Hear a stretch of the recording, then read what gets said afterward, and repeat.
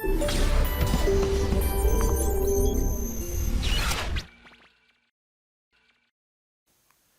Morning प्यारे बच्चों, कैसे हैं आप सब? Hope you are safe and very good and doing extreme hard work for your examination.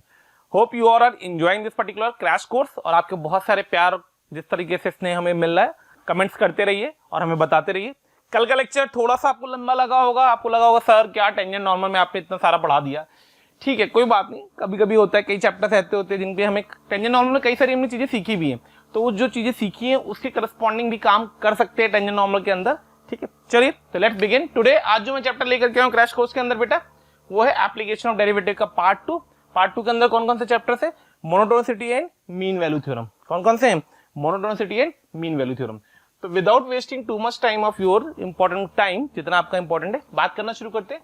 किसी पॉइंट के अबाउट अगर मोनोटोनिसिटी की बात करता है कोई फंक्शन अगर किसी पॉइंट के अबाउट मोनोटोनिसिटी की बात करता है, तो बेसिकली बाकी तो मैंने अंग्रेजी लिख दी है कि अगर उस पॉइंट के नेबरहुड पे जो फंक्शन की वैल्यूज हैं, अगर ग्राफ ऐसे चल रहा है यूं, मतलब मैं यहां खड़ा हूं, मेरा आगे वाला मुझसे ऊपर है और मेरा नीचे वाला मुझसे नीचे है, तो मैं किसका हिस्सा हूं? मैं इंक्रीजिंग का हिस्सा हूं. करेक्ट है, जैसा कि इस फोटो में दिख रहा है. इसको वो इंक्रीजिंग बोलता है, मैं इसको स्ट्रिक्टली इंक्रीजिंग बोलता हूं. करेक्ट है. और अगर वैल्यू फंक्शन कंटिन्यूअस हो चाहे डिसकंटिन्यूअस हो, डिसकंटिन्यूअस के केस में भी हम इंक्रीजिंग बोलते हैं इसको, या फिर स्ट्रिक्टली इंक्रीजिंग बोलते हैं. दोनों नाम होते हैं, कई जगहों पे अलग अलग बुक्स में अलग अलग दिया जाता है.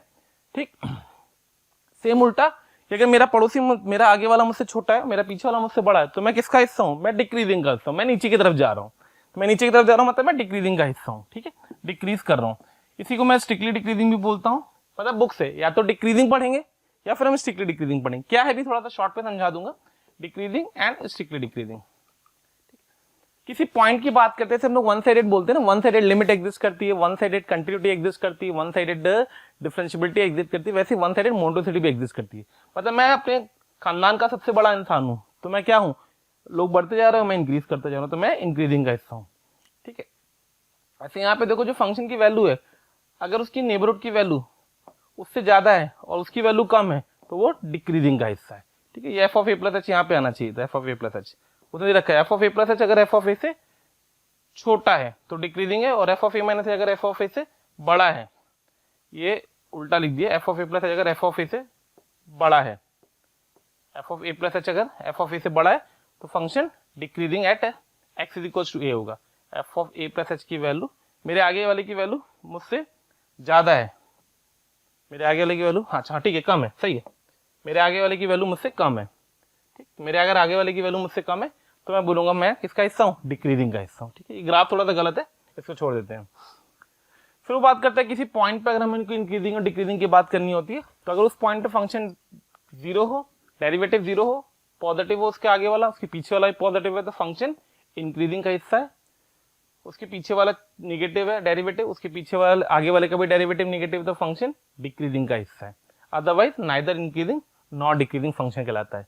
ये रूल कब एप्लीकेबल होगा? ऑब्वियस सी बात है, फंक्शन डेरिवेबल होगा. ठीक है, आगे जैसे कि मैं इसकी थोड़ी सी बात कर लेता हूँ. दो टाइप की चीजें होती है, ध्यान रखना. ठीक है, दो टाइप की चीजें क्या क्या होती है बेटा? एक होती है इंक्रीजिंग, या उसको मैं स्ट्रिक्टली इंक्रीजिंग भी बोलता हूँ, और एक होती है इंक्रीजिंग. मतलब आपको जो नामकरण आएगा, मैं नामकरण के हिसाब से बता देता हूँ. ठीक है, जो नामकरण आएगा वो मैं बता देता हूँ. नामकरण का मतलब होता है किस तरीके से हम उसको नाम दे रहे हैं.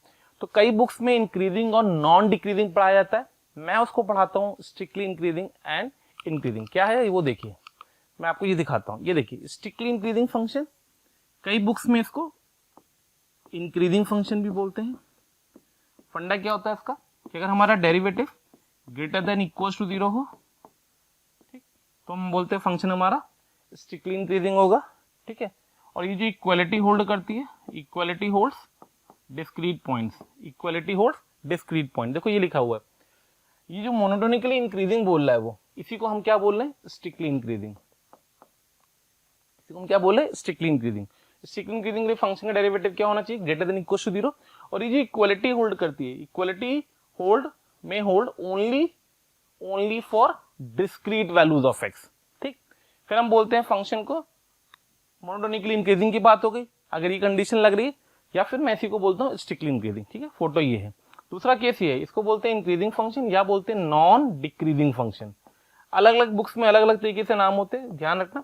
इसकी condition equality hold for discrete points, for discrete points,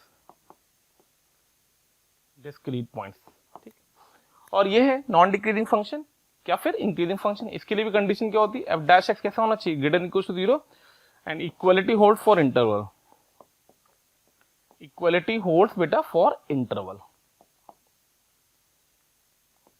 ठीक है, ठीक। सेम डिक्रीजिंग के लिए स्ट्रिक्टली डिक्रीजिंग और डिक्रीजिंग फंक्शन, तो f dash x less than equal to 0, ठीक है। और यहां पे भी कंडीशन क्या आएगी, f dash x less than equal to 0। जो फंक्शन स्ट्रिक्टली इंक्रीजिंग या स्ट्रिक्टली डिक्रीजिंग होते हैं विद इन द डोमेन, उनको हम लोग बोलते हैं स्ट्रिक्टली मोनोटोनिक फंक्शन। जो फंक्शन इंक्रीजिंग या डिक्रीजिंग होते हैं उनको हम लोग बोलते हैं मोनोटोनिक फंक्शन। स्ट्रिक्टली वर्ड नहीं लगाते, ठीक है। फिर से मैं कंफ्यूज मत होना, मैं फिर बोल रहा हूं, स्ट्रिक्टली को मैं कई बुक्स में इंक्रीजिंग लिखा रहता है और इंक्रीजिंग या डिक्रीजिंग को कई बुक्स में नॉन इंक्रीजिंग लिखा रहता है। डिक्रीजिंग मतलब नॉन इंक्रीज, वैल्यू बढ़े ना, कम होती जाए कोई दिक्कत नहीं, बढ़नी नहीं चाहिए, ठीक है। However, note that this classification is not complete and there may be a function which cannot be classified into any of the above cases for some interval a to b। यानी अगर हम इंटरवल में बात कर रहे थे, किसमें बात कर रहे थे, इंटरवल में, ठीक है। तो कई बार ऐसा होता है कि फंक्शन किसी इंटरवल में जरूरी नहीं है कि इंक्रीज भी करे और जरूरी नहीं है कि डिक्रीज भी करे, इंक्रीज भी कर सकता है, डिक्रीज भी कर सकता है। और अगर जो फंक्शन इंक्रीज भी करता है, डिक्रीज भी करता है, उसको हम लोग बोलते हैं नॉन मोनोटोनिक फंक्शन। क्या बोलते हैं, नॉन मोनोटोनिक फंक्शन। तो कुछ फंक्शंस ऐसे होते हैं, मोनोटोनिक का मतलब समझ में आ गया, स्ट्रिक्टली मोनोटोनिक का मतलब समझ में आ जाना चाहिए, और नॉन मोनोटोनिक, मैंने तीन चीजें बताई हैं। तो स्ट्रिक्टली इंक्रीजिंग हो अपनी डोमेन में या स्ट्रिक्टली डिक्रीजिंग हो तो स्ट्रिक्टली मोनोटोनिक कहलाएगा। इंक्रीजिंग हो अपनी डोमेन में या डिक्रीजिंग हो अपनी डोमेन में तो स्ट्रिक्टली नहीं आएगा, वो सिर्फ मोनोटोनिक कहलाएगा। और अगर इंक्रीज भी कर रहा है और साथ ही साथ डिक्रीज भी कर रहा है अपनी डोमेन में, तो ऐसे फंक्शन हम लोग क्या बोलते हैं, नॉन मोनोटोनिक फंक्शन बोलते हैं। कंडीशन मैंने बता दी, दोनों केस के लिए कंडीशन सेम आती है, चाहे आप इंक्रीजिंग की बात करें, स्ट्रिक्टली इंक्रीजिंग की बात करें तो भी ये कंडीशन लगेगी, इंक्रीजिंग की बात करें तो भी ये कंडीशन लगेगी। सेम अगले में आता है, अगर डिक्रीजिंग की बात करें तो f dash x less than equal to 0, और स्ट्रिक्टली डिक्रीजिंग की बात करें तो भी फंक्शन का derivative less than equal to 0 होगा अपनी डोमेन में। चलिए अब अपन कुछ क्वेश्चन देखते हैं। तो आइए पहला क्वेश्चन ले रहे हैं, ठीक है। चलिए क्वेश्चन क्या है, एक फंक्शन दे रखा है x upon a square plus x square d minus x upon b square plus d minus x का whole square wherever a b c d are non zero real constant. Then f is neither increasing nor decreasing not continuous function of x, f is an increasing function of x। तो not continuous की बात कर रहा है तो obvious सी बात है continuous तो होगा, क्योंकि इसकी डोमेन में कोई ऐसा पॉइंट नहीं जहां पे फंक्शन डिसकंटिन्यूअस हो जाए। तो सी ऑप्शन तो एफ डैश की बात कर रहा है, अच्छा सॉरी एफ डैश की बात कर रहा है, हम लोग ने एफ की बात करी। तो आइए सबसे पहले हम इसका डेरिवेटिव करते हैं। तो हमने एफ डैश एक्स निकालना चाहा, तो जब एफ डैश एक्स निकालेंगे तो क्या आएगा बेटा, x upon a square plus x square. तो इसका डेरिवेटिव बनेगा a square plus x square, ठीक है, a square plus x square, x का डेरिवेटिव 1 आ जाएगा माइनस का x into derivative of a square plus x square, तो 1 upon 2 times under root of a square plus x square. थोड़ा सा calculation ध्यान रखना, ये जो क्वेश्चन मैंने लिया मेरे नवाबो ध्यान रखना है, जेईई मेंस का क्वेश्चन है, आया हुआ रिसेंटली आया पिछले 2 साल के अंदर, ठीक। ऊपर आएगा इसका derivative that will be equal to 2x, तो ये कट जाएगा, ठीक है। आगे बढ़ूंगा प्लस आएगा माइनस आएगा, ओके, तो आगे बढ़ूंगा तो माइनस आएगा माइनस, ठीक है, d minus x upon this thing, तो क्या बन गया ये b square plus d minus x का होल स्क्वायर, तो नीचे आ जाएगा बी स्क्वायर प्लस का डी माइनस एक्स का होल स्क्वायर, ठीक है। ऊपर है डी माइनस एक्स, नीचे b square plus d minus x का होल स्क्वायर, तो इसको तो मैंने ओपन कर दिया। अब ऊपर बैठ गया under root of b square plus d minus x का होल स्क्वायर, ठीक है, माइनस का इंटू ऊपर आ जाएगा डी माइनस एक्स का डेरिवेटिव -1, ठीक है, माइनस डी माइनस एक्स आएगा और नीचे वाले का डेरिवेटिव आएगा, नीचे वाले का डेरिवेटिव आ जाएगा 1 upon 2 times under root of b square plus का डी माइनस एक्स का होल स्क्वायर, और ऊपर चला जाएगा इसका डेरिवेटिव, वो बन जाएगा 2 times of D minus x into plus 1, ठीक है। इस पूरे को जब हम एलसीएम लेकर के सिंप्लीफाई करते हैं तो बेटा एक रिलेशन आ जाएगा सिंपल सा, कैलकुलेशन आप करके देख लेना।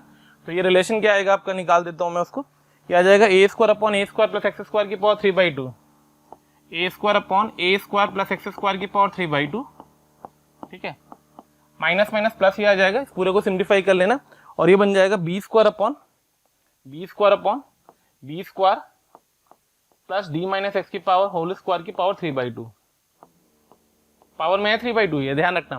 तो अल्टीमेटली कैसे निकल के आ जाएगा, ये पॉजिटिव आ जाएगा एफ डैश एक्स। अब अगर एफ डैश एक्स पॉजिटिव आ जाएगा तो हम बोल देंगे यहाँ से फंक्शन क्या है हमारा, इंक्रीजिंग है, एफ इज इंक्रीजिंग फंक्शन। ठीक है, करस्पॉन्डिंगली आंसर क्या आ जाएगा, F is an increasing function. Your correct answer is option D. तो चलिए नेक्स्ट क्वेश्चन लेते हैं अपन। क्या दिया गया उसमें, उसने बोला है फंक्शन है x³ - 3x + 2, examine the nature of the function at the point x = 2। मतलब एग्जामाइन का मतलब क्या है यहाँ पे, एग्जामाइन का मतलब क्या है यहाँ पे, एग्जामाइन का मतलब यहाँ पे ये कि आपको ये चेक करना है कि जो फंक्शन है वो इंक्रीजिंग है, डिक्रीजिंग है, नाइदर इंक्रीजिंग नॉट डिक्रीजिंग है, या नन ऑफ दीज है, कुछ भी नहीं है उस फंक्शन के। तो अपन क्या करते हैं, इसका डेरिवेटिव कर देते हैं। तो जैसे अपन ने इसका डेरिवेटिव किया, एफ डैश एक्स किया, क्यूबिक फंक्शन है, ध्यान से समझना। एक आर्टिकल अपन पढ़ेंगे मैक्सिमा मिनिमा के अंदर बच्चों, उसमें अपन नेचर ऑफ क्यूबिक फंक्शन को इंटरप्रेट करेंगे। यहाँ पे क्यूबिक फंक्शन की बात करें, fx = x³ मतलब 3x² माइनस का 3x आ जाएगा जिसका डेरिवेटिव 3 हो जाएगा, माइनस का 3x आ जाएगा जिसका डेरिवेटिव 3 हो जाएगा, ठीक, माइनस का 3 आ जाएगा। तो यहाँ से अगर आप इंटरप्रेट करेंगे तो डेरिवेटिव 2 पॉइंट पे 0 होगा, एक होगा x - 1, दूसरा होगा x + 1। ठीक है, अब अगर मुझसे x - 1 और x + 1 पे बात कर रहा है तो हमने अगर इसका साइन चेंज को ऑब्जर्व करना चाहा, एक -1 पे और एक +1 पे, तो कैसे इंटरप्रेट हो रहा है वो देख लीजिए। डेरिवेटिव का साइन चेंज लिखेंगे, प्लस आएगा, माइनस आएगा, प्लस आएगा, यानी ये ग्राफ इंक्रीज करके डिक्रीज करके और इंक्रीज करता हुआ जाएगा। ठीक है, तो उसने पूछा एट x = 2 पे बात करो। तो जब मैं x = 2 पे बात करूंगा तो 2 यहाँ कहीं बैठा होगा बेटा, इस जगह पे 2 होगा। इस जगह पे अगर मैं फंक्शन की नेचर की बात करूं तो फंक्शन किसका हिस्सा हो रहा है, इंक्रीजिंग है, यानी कि फंक्शन x = 2 पे क्या आ रहा है, इंक्रीजिंग आ रहा है, यानी करेक्ट ऑप्शन क्या होगा, ऑप्शन ए होगा। ठीक है, चलिए आगे बढ़ते हैं। तो नेक्स्ट क्वेश्चन ले रहे हैं अपन। ओके, तो नेक्स्ट क्वेश्चन ले रहे हैं अपन, for what values of a does the curve fx = x into a² - 2a - 2 plus cos x is always strictly monotonic, always strictly monotonic। Word remember करना, स्ट्रिक्टली मोनोटोनिक यानी स्ट्रिक्टली इंक्रीजिंग या strictly decreasing, जैसा कि मैंने आपको बताया हुआ है। ठीक है, तो हमने क्या किया, इसका डेरिवेटिव वर्कआउट करना स्टार्ट किया, एफ डैश एक्स किया। एफ डैश एक्सिस का क्या आएगा बेटा, एफ डैश एक्सिस का आएगा a² माइनस का 2a माइनस का 2 माइनस का साइन एक्स। ठीक है, अब अगर ये फंक्शन स्ट्रिक्टली मोनोटोनिक है तो या तो वो स्ट्रिक्टली इंक्रीजिंग होगा या फिर वो स्ट्रिक्टली डिक्रीजिंग होगा, किसके लिए, फॉर ऑल एक्स। ध्यान से समझना, स्ट्रिक्टली मोनोटोनिक है, यानी अगर मैं यहां से इंटरप्रेट करूंगा तो ये डेरिवेटिव या तो हमेशा > = 0 होना चाहिए फॉर ऑल एक्स, ठीक है, बिलोंग्स टू रियल, या फिर ये हमेशा < = 0 होना चाहिए for all x belongs to real. > = 0 होना चाहिए for all x belongs to real, या फिर < = 0 होना चाहिए for all x belongs to real. दोनों केसेस को इंटरप्रेट कर लेते हैं। तो पहले वाले केस को अगर आप ध्यान से ऑब्जर्व करेंगे तो ये a - 1 का whole square should be > 3 + sin x बन जाएगा। ठीक है, this is true for all x belongs to real. What this indicate, what this indicates, तो भाई लोगों ध्यान से समझना, उसने पूछा क्या आपसे, for what values of a की वैल्यूज बतानी, वैल्यूज ऑफ a बताना है हमें। 3 + sin x, यानी अगर एक फंक्शन इस वाले फंक्शन से हर x के लिए बड़ा है तो इसकी किस वैल्यू से बड़ा हो जाए तो हमेशा बड़ा होगा, इस फंक्शन की किस वैल्यू से बड़ा हो जाए तो हमेशा बड़ा होगा, इस फंक्शन की मैक्सिमम वैल्यू से अगर ये बड़ा हो गया तो हमेशा बड़ा होगा। करेक्ट है, तो यहां से अगर हम इंटरप्रेट करेंगे तो व्हाट आई विल से कि a - 1 का whole square should always be > 3 + sin x की मैक्सिमम वैल्यू कितनी आएगी, 4 आएगी, तो दिस मस्ट बी > 4 आ गया। इसको इक्वेशन अपन ने 1 बना दिया। ठीक है, similarly I will do over here. तो जब मैं यहाँ पे वर्कआउट करूंगा सेकंड केस में, ठीक है, सेकंड केस ले रहा हूं यहाँ पे, तो सेकंड केस बन जाएगा आपका a - 1 का whole square should be < basically अपन ने क्या किया है, अपन ने फंक्शन के बारे में बात करी है, अपन ने किसके बारे में बात करी है, फंक्शन के बारे में बात करी है। तो देखिए, तो यहाँ पे बेसिकली कौन सी कंडीशन लगा रहा हूँ मैं लगा रहा हूँ f' < <= 0 for x belongs to real. तो यहाँ से जब इक्वेशन बनाओगे तो बनेगा a - 1 का whole square should be < = 3 + sin x, 3 + sin x किसके लिए, for all x belongs to real. अब देखिए, अब इसने क्या कहा, अब इसने बोला है कि भाई चिंटू बबलू से छोटा हो, चिंटू बबलू से छोटा हो, हर एक्स के लिए हो। तो अगर चिंटू बबलू से छोटा है तो बबलू की मिनिमम वैल्यू से छोटा हो, हर एक्स पे होल्ड करेगा। तो इस समय इसकी क्या चाहिए होगा हमें, मिनिमम वैल्यू। तो यहां से अपने पास क्या रिजल्ट आएगा, what this indicate, this indicate कि a - 1 का whole square should be < <= 3 + sin x की मिनिमम वैल्यू साइन एक्स की मिनिमम वैल्यू -1, तो 3 प्लस साइन एक्स की मिनिमम वैल्यू 2, तो this should be less than equal to 2। ये बन गया इक्वेशन नंबर 2। यहाँ से बात समझ में आएगी नहीं। अब अगर मैंने फर्स्ट और सेकंड को सॉल्व किया तो फ्रॉम 1 एंड 2 अगर मैं फर्स्ट और सेकंड को सॉल्व करूंगा तो यहाँ से जो हमारे पास ए आएगा वो आप कैलकुलेट कर लीजिएगा। मैं टाइम नहीं वेस्ट कर रहा हूँ आपका, मैं आंसर बता देता हूँ आपको। तो जब आप यहाँ से कैलकुलेट करोगे तो इसके करस्पॉन्डिंग चलिए कर ही लेते हैं। तो ये आ जाएगा तुम्हारे पास, अब मैं चाह नहीं रहा था इसको सॉल्व करना, तो चलिए कर लेते हैं। तो अगर मैंने इस वाले पार्ट को सॉल्व किया तो ये देगा तुम्हें a-1 का होल स्क्वायर 4 से छोटा, तो -2 से छोटा 2 से बड़ा, मतलब a should be less than equals to -1 union a should be greater than equals to 3। ठीक है, ये फर्स्ट से आया। इसको चाहो तो मैं फर्स्ट लिख देता हूँ, मैं इसको फर्स्ट लिख दूंगा, इसको हटा देता हूँ यहाँ से। ठीक है, ऐसे यहाँ पे चलेंगे, इसको सॉल्व करेंगे। तो इसको सॉल्व करके क्या आएगा अपने पास, a-1 का होल स्क्वायर मतलब a लाइज बिटवीन -√2 + 1 से √2 + 1 के बीच में। ठीक है, इसको इक्वेशन नंबर 2 डाला तो ये फर्स्ट आ गया, सेकंड आ गया। दोनों का अपन ने इंटरसेक्शन लिया फ्रॉम 1 एंड 2, तो ये लेस देन -1 है, -√2 से 1 -√2 से, और √2 + 1 से छोटा है और 3 से बड़ा है, तो 1 + √2 से छोटा है। यानी अल्टीमेटली जो करेक्ट आंसर आएगा वो आएगा 1 - √2 से लेकर के 1 + √2 तक। 1 - √2 से लेकर के, पर इन दोनों का इंटरसेक्शन लेना है अपने को, तो -1 से छोटा और 1 - √2 से बड़ा, तो यही आंसर आ जाएगा। तो -√2 + 1 से 1 + √2 के बीच में, मतलब आंसर सी निकल के आ जाएगा, करेक्ट आंसर सी आ जाएगा। ठीक है, तो आंसर सी आ जाएगा, इंटरसेक्शन ले लेना बेटा। ठीक है, चलिए आगे बढ़ते हैं। ओके, तो बच्चों नेक्स्ट क्वेश्चन ले रहे हैं अपन, f(x = sin की पावर 4x + cos की power 4x + bx + c, then find the possible value of b and c, possible value of b and c such that f(x) is monotonic for all x belongs to real। The word again come out to be, पिछली बार question में अपन ने देखा strictly monotonic की बात करी, मेरे नवाबो ध्यान से फोकस करें। पिछली बार उसने बात करी स्ट्रिक्टली मोनोटोनिक की, इस बार बात कर रहा है मोनोटोनिक की। हमारी सेहत पे कोई फर्क नहीं पड़ता, जैसा मैंने कल आपको बताया था, स्ट्रिक्टली इंक्रीजिंग होगा तो ग्रेटर देन इक्वल टू 0 होगा, इंक्रीजिंग होगा तो भी ग्रेटर देन इक्वल टू 0 होगा। करेक्ट है, तो जिस तरीके से मैंने आपको भी बताया था उसी तरीके से मैं इसको प्रोसीड कर रहा हूँ।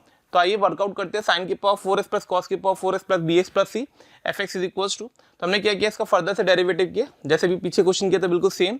f' निकालेंगे यहाँ से, total get it over there 4 times of sine की power 3x into cos x minus का 4 टाइम्स ऑफ cos का power 3x into sine x plus का b।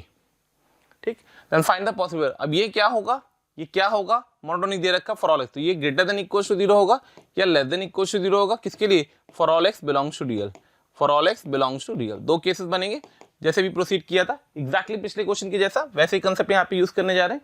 ठीक है, तो मान लो मैं पहले वाले केस को वर्कआउट कर देता हूँ, फिर मैं नीचे वाले केस को वर्कआउट कर दूंगा। आइए पहले वाले केस को वर्कआउट करें, 4 sin cube x minus 4 cos cube x plus b. अब ये अगर ट्रू होना फॉर ऑल एक्स तो हम लिखेंगे b should be greater than equals to 4 sin cos, बाहर निकाल देंगे, अंदर कितना आ जाएगा cos स्क्वायर माइनस का sin स्क्वायर। ठीक है, तो बेसिकली b बड़ा हो जाएगा किससे, sin 2x ही देगा, cos 2x ही देगा, इंटू 2 देगा तो बन जाएगा sin 4x। तो b बड़ा होगा sin 4x, किसके लिए, for all x, for all x, for all x. तो यहाँ से क्या कंडीशन आई कि b अगर for all x sin 4x से बड़ा है तो sin 4x की किस वैल्यू से बड़ा होगा, तो हमेशा बड़ा होगा, sin 4x की मैक्सिमम वैल्यू से बड़ा होगा तो हमेशा बड़ा होगा। यानी यहाँ से आ जाएगा b should be greater than equals to 1। Correct है, maximum value of this function. The same expression I do for the second case. Second case क्या कहता है कि f' क्या होना चाहिए, लेस देन इक्वल टू 0 होना चाहिए for all x belongs to real. तो बाकी कोई दर्द नहीं आएगा, जो इनइक्वालिटी चल रही थी उसकी रिवर्स इनइक्वालिटी चलती आएगी। तो यहाँ पे आ जाएगा b should be less than equals to किसके आ जाएगा, sin 4x। ध्यान रखना उसे ऑल एक्स लिखा हुआ है बेटा, ऑल एक्स। अगर ऑल एक्स दे रखा है मतलब हर एक्स की वैल्यू पे b की वैल्यू छोटी होनी चाहिए sin 4x के लिए, हर x के लिए b की वैल्यू छोटी होनी चाहिए sin 4x से। तो sin 4x की जो मिनिमम वैल्यू होगी उससे अगर ये छोटा हो गया तो ये हमेशा छोटा होगा हर x के लिए। करेक्ट है, तो यहां से आ जाएगा what this indicate, this indicate b should be less than equals to -1। Correct है, तो b 1 से बड़ा आ गया, b -1 से छोटा आ गया। उसने क्या पूछा था, b बिलोंग्स टू, तो b बिलोंग्स टू -1 से 1 यूनियन 1 से इन्फिनिटी, c पे इंडिपेंडेंट है तो c के लिए कोई भी आंसर होगा, तो करेक्ट आंसर आएगा ऑप्शन ए। तो करेक्ट आंसर क्या आएगा बेटा, आंसर ए। तो दो क्वेश्चन अपन ने सिमिलर टाइप के लिए, ध्यान रखना कंसेप्ट समझ लेना, b बड़ा हो b छोटा हो हर x के लिए इस फंक्शन से, तो इस फंक्शन की मैक्सिमम वैल्यू से बड़ा होना चाहिए, हर x फंक्शन के हर x के लिए इस फंक्शन के, तो इस फंक्शन की मिनिमम वैल्यू से छोटा होना चाहिए। इसका बेसिक फंडा ये होता है कि चिंटू बबलू से बड़ा था, किसके लिए, फॉर ऑल x। अगर चिंटू बबलू से बड़ा था तो चिंटू की जो मिनिमम वैल्यू थी वो बबलू की मैक्सिमम वैल्यू से बड़ी होनी चाहिए, अगर हर x की बात कर रहा है, फॉर ऑल x, करेक्ट है, जो भी इसकी दे रखा है। ठीक है, चलिए आगे बढ़ते हैं, नेक्स्ट क्वेश्चन। ओके, तो नेक्स्ट क्वेश्चन है, find the possible values of a such that the function this is monotonically increasing for x belongs to dl। फिर से वही ऑलमोस्ट सिमिलर टाइप का क्वेश्चन, जैसा भी अपन ने किया बिल्कुल वैसा ही क्वेश्चन है। इसमें कई क्वेश्चन जेई मेंस के होंगे, कई नोट्स के क्वेश्चन होंगे, कई आप लोग को ध्यान होना चाहिए किस तरीके से प्रोसीड किया जा रहा है वो फोकस करिए। The thing which is important in this chapter is your derivative approach which is very fast and very accurate way में। ठीक है, तो इसका जब हम डेरिवेटिव करेंगे तो what I get it over there, it's strictly monotonically increasing का मतलब है डेरिवेटिव क्या होना चाहिए, derivative greater than equal to 0 होना चाहिए। इसको देखा और इसकी याद आनी चाहिए, करेक्ट है, किसके लिए, फॉर ऑल x। तो हमने क्या किया, इसका डेरिवेटिव निकाला, f डैश x मारा, तो जैसे मैंने इसका f डैश x मारा, what I get it over there, क्या मिला, मिला भाई मिला, क्या मिला, e की पावर 2x मिला, मिला भाई मिला, क्या मिला, e की पावर 2x मिला, माइनस का क्या मिला, माइनस का a प्लस 1 e की पावर x मिला, बहुत शानदार बात, प्लस का 2x का डेरिवेटिव, अरे भाई सर 2x का डेरिवेटिव पूछोगे हमसे, ऐसे दिन आ गए हमारे, चलो प्लस 2 आ गया। ठीक है, क्या होना चाहिए था, अरे सर बता तो दिया ग्रेटर देन इक्वल टू 0 होना चाहिए, अभी तो ऊपर लिखा है आपने, फिर भी मुझसे पूछ रहे हो, पूछना मेरा हक है, मेरे साथ साथ आपको बोलना है, कमेंट बॉक्स में मेंशन करते रहिए, जहां पे भी आपको जो भी चीज की रिक्वायरमेंट लगती है अभी मेंस के लेवल पे या आगे वाले में मेंस के लेवल पे या एडवांस के लेवल पे, प्लीज हमें बताइए, मेक श्योर कि हम उस चीज पे काम कर सके आपके लिए। ठीक है, जैसी आपको रिक्वायरमेंट है फटाफट बताते जाइएगा। 2e की power 2x minus this thing plus 2 greater than equal to 0 for all x belongs to dl। अब देखो ऐसे क्वेश्चन में क्या करा जाता है, अब बोलोगे सर हम क्या करें, ये करें वो करें, तो इस क्वेश्चन में हमें निकालना क्या था, पॉसिबल वैल्यूज ऑफ a। किसकी वैल्यू निकालनी है हमें, a की वैल्यू निकालनी है, किसकी वैल्यू निकालनी है हमें, a की वैल्यू। अगर हमें a की वैल्यू चाहिए तो हम क्या करेंगे, हम a को एक तरफ रख करके बाकी सबको एक तरफ ले जाएंगे, क्लियर। चलिए भाई वही काम करना स्टार्ट करते हैं। तो हमने a को एक तरफ रखा, a प्लस 1 e की power x must be greater than equal to, ध्यान से देखना, ध्यान से, इसको उधर ले जाएंगे तो रिवर्स हो जाएगी, इक्वालिटी बेटर रहेगा ज्यादा, इंस्टेड ऑफ कि हम, चलो भाई चलो चलो चलो, less than equals to a plus 1 e की power x less than equals to 2 times of e की पावर 2x प्लस का 1। ठीक है, e की पावर से डिवाइड करेंगे, what will get it over there, a plus 1/2 less than equals to e की power x plus 1 upon e की power x। किसके लिए चल रहा है, फॉर ऑल x, किसके लिए चल रहा है, फॉर ऑल x, किसके लिए चल रहा है, फॉर ऑल x। अब भाई अगर फॉर ऑल x चल रहा है, किसके लिए चल रहा है, फॉर ऑल x। अब भाई अगर फॉर ऑल x चल रहा है तो सिंपल सा फंडा वही आ गया कि चिंटू बबलू से छोटा है हर x के लिए, अगर चिंटू बबलू से छोटा है हर x के लिए, अगर चिंटू बबलू से छोटा है हर x के लिए, तो बबलू की मिनिमम वैल्यू से छोटा होना चाहिए। e की power s plus 1 upon e की पावर s का फॉर्मेट कौन सा है, t प्लस 1/t का फॉर्मेट, किसका फॉर्मेट है, t प्लस 1/t का format, t plus 1/t concept पता होना चाहिए, क्या, t प्लस 1/t या तो 2 से बड़ा होता है या माइनस 2 से छोटा होता है। 2 से बड़ा कब होता है, जब t पॉजिटिव हो, माइनस 2 से छोटा कब होता है, जब t नेगेटिव हो। हमारे पास t क्या है, e की पावर s कैसा होता है, पॉजिटिव, यानी कि t प्लस 1/t ऊपर वाला केस लेगा, तो इस फंक्शन की मिनिमम वैल्यू कितनी आएगी, 2। तो यहां से अगर आप इंटरप्रेट करेंगे तो what you get it over there, you get it over there, a plus 1/2 must be less than equals to 2, तो a should be less than equals to 3। Correct है, करेक्ट आंसर कौन सा आंसर है, option number D. Clear, almost similar. किस तरीके से किया जाएगा ध्यान से सुन लेना, मैंने पीछे वाले क्वेश्चन में आपको बता रखा है, Chintu Bablu concept, be remember the Chintu Bablu concept, Chintu Bablu concept. ठीक है, आगे बढ़ते हैं। Now the next article, which article we are covering over है, द प्रूविंग इनइक्वालिटीज। या देखो प्रूविंग इनइक्वालिटी करके सब्जेक्टिव आर्टिकल होता है। आप सोचोगे सर आप मेंस में सब्जेक्टिव का आर्टिकल पढ़ा रहे हो, अरे भाई कुछ करा नहीं जाता, इसमें कंपैरिजन होता है दो फंक्शंस के बीच में, एक fx हो और एक gx हो। ठीक है भाई, analysing the monotonic behaviour of the graph, दो ग्राफ के नेचर को एनालाइज करके भी हम इसको इंटरप्रेट कर लेते हैं। जैसे वो बोलता है कि f g से बड़ा है छोटा है प्रूफ करो, तो हम क्या करते हैं, हम एक नया फंक्शन मान लेते हैं f माइनस जी। अब अगर f माइनस जी मान लो कहता है कि ये इससे बड़ा था, ये प्रूफ करो, ठीक है, फॉर ऑल x, तो हम क्या करेंगे, f माइनस जी को एक फंक्शन मान लेंगे और चेक कर लेंगे कि h ग्रेटर देन 0 होगा फॉर ऑल x। अब अगर h ग्रेटर देन 0 है फॉर ऑल x, तो जो ये लिखा है वही आ गया, नहीं आया। एक तरीका एनालाइज करने का, एनालिटिकल अप्रोच। दूसरा क्या होता है, दोनों की फोटो बना के चेक कर लेते हैं कि भाई मान लो एक ग्राफ ऐसे जा रहा है, ठीक है। आईआईटी में एक आया हुआ क्वेश्चन है, मैं थोड़ा सा शॉर्ट में आपको ब्रीफ कर देता हूँ। बहुत बड़ा क्वेश्चन है इसलिए मैं इसमें टाइम नहीं वेस्ट करूंगा, मैं आपको सिर्फ ब्रीफ बता देता हूँ किस तरीके से हम इंटरप्रेट करते हैं।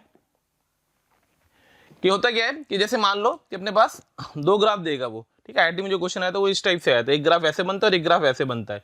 ये एफ का ग्राफ बनता था, ये जी का ग्राफ बनता था। कैसे बनाते थे graph? By differentiating, increasing decreasing को रीड करते हुए, रफ स्केचिंग करते हुए, वहां से हम इंटरप्रेट करते थे इस ग्राफ को, ठीक है। उससे जब इसको हम एनालाइज करते थे, तो हमें दिख जाता था कि एफ क्या है, जी से बड़ा है। इक्वलिटी भी होल्ड करती थी, हाँ बिल्कुल होल्ड करती थी। कब होल्ड करती थी? 0 पे होल्ड करती थी। तो ऐसा एक क्वेश्चन आईआईटी में आया हुआ है। कंसेप्ट मैंने आपको बता दिया है, इधर you have the two approaches, simple सी दो अप्रोचेस हैं। या तो आप f greater than g proof करने के लिए f माइनस g फंक्शन मान करके, एज्यूम करके, प्रोसीड करके ये प्रूफ कर दो, या फिर दोनों के ग्राफ प्लॉट कर दो और प्रूफ कर दो कि f g से बड़ा या बराबर था। आई बात समझ में? कैसे इसको प्रोसीड करते हैं, आइए क्वेश्चन से देखते हैं। उसने बोला sin x into 10x and gx x स्क्वायर x 0 then which of the following is true. F g से बड़ा है, एफ जी से छोटा है, एफ जी से बड़ा या छोटा है, एफ जी से बड़ा या बराबर या छोटा है, व्हाटएवर, ठीक है।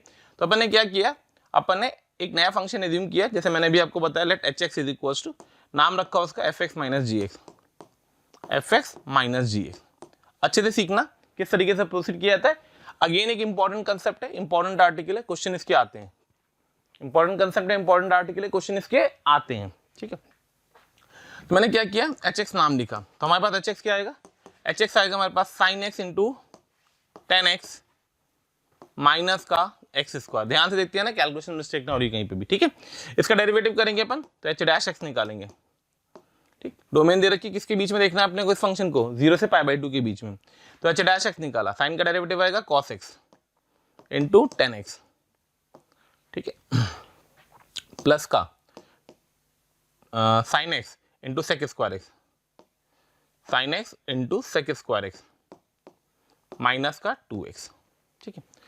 चेक कर लेना कुछ कैलकुलेशन ना हो रही है। तो एच डैश निकालेंगे यहाँ से, h dash x cos x into 10x plus sine x into sec square x minus का 2x, cos x into 10x plus का sine x into sec square x minus का 2x।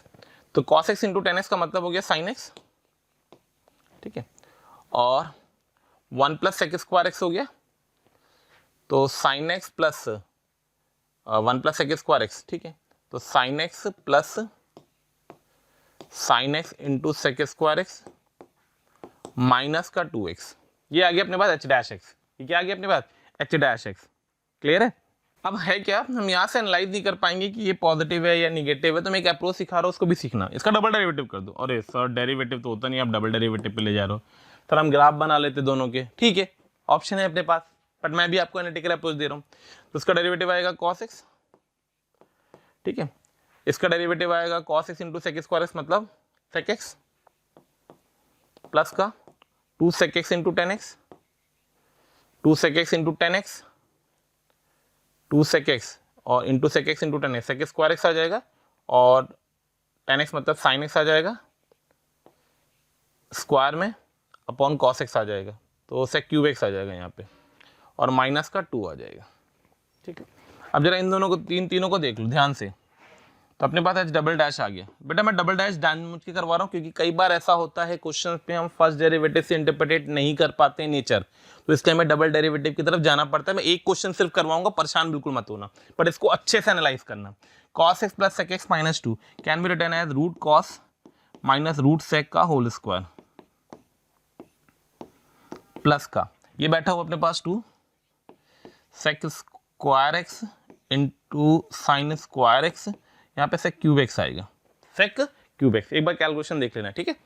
अब आपके पास x दे रखा है 0 से π/2, x दे रखा है 0 से π/2, ये पॉजिटिव, ये पॉजिटिव, यानी यहां से अपन ने क्या एनालाइज किया, यहां से अपन ने ये एनालाइज किया कि h डबल डैश पॉजिटिव होगा, किसके लिए, for all x belongs to 0 से π/2। अगर h डबल डैश पॉजिटिव होगा तो h डैश इंक्रीजिंग होगा, for all x belongs to 0 to π/2। h dash अगर इंक्रीजिंग होगा तो h डैश x हमेशा h डैश 0 से बड़ा होगा,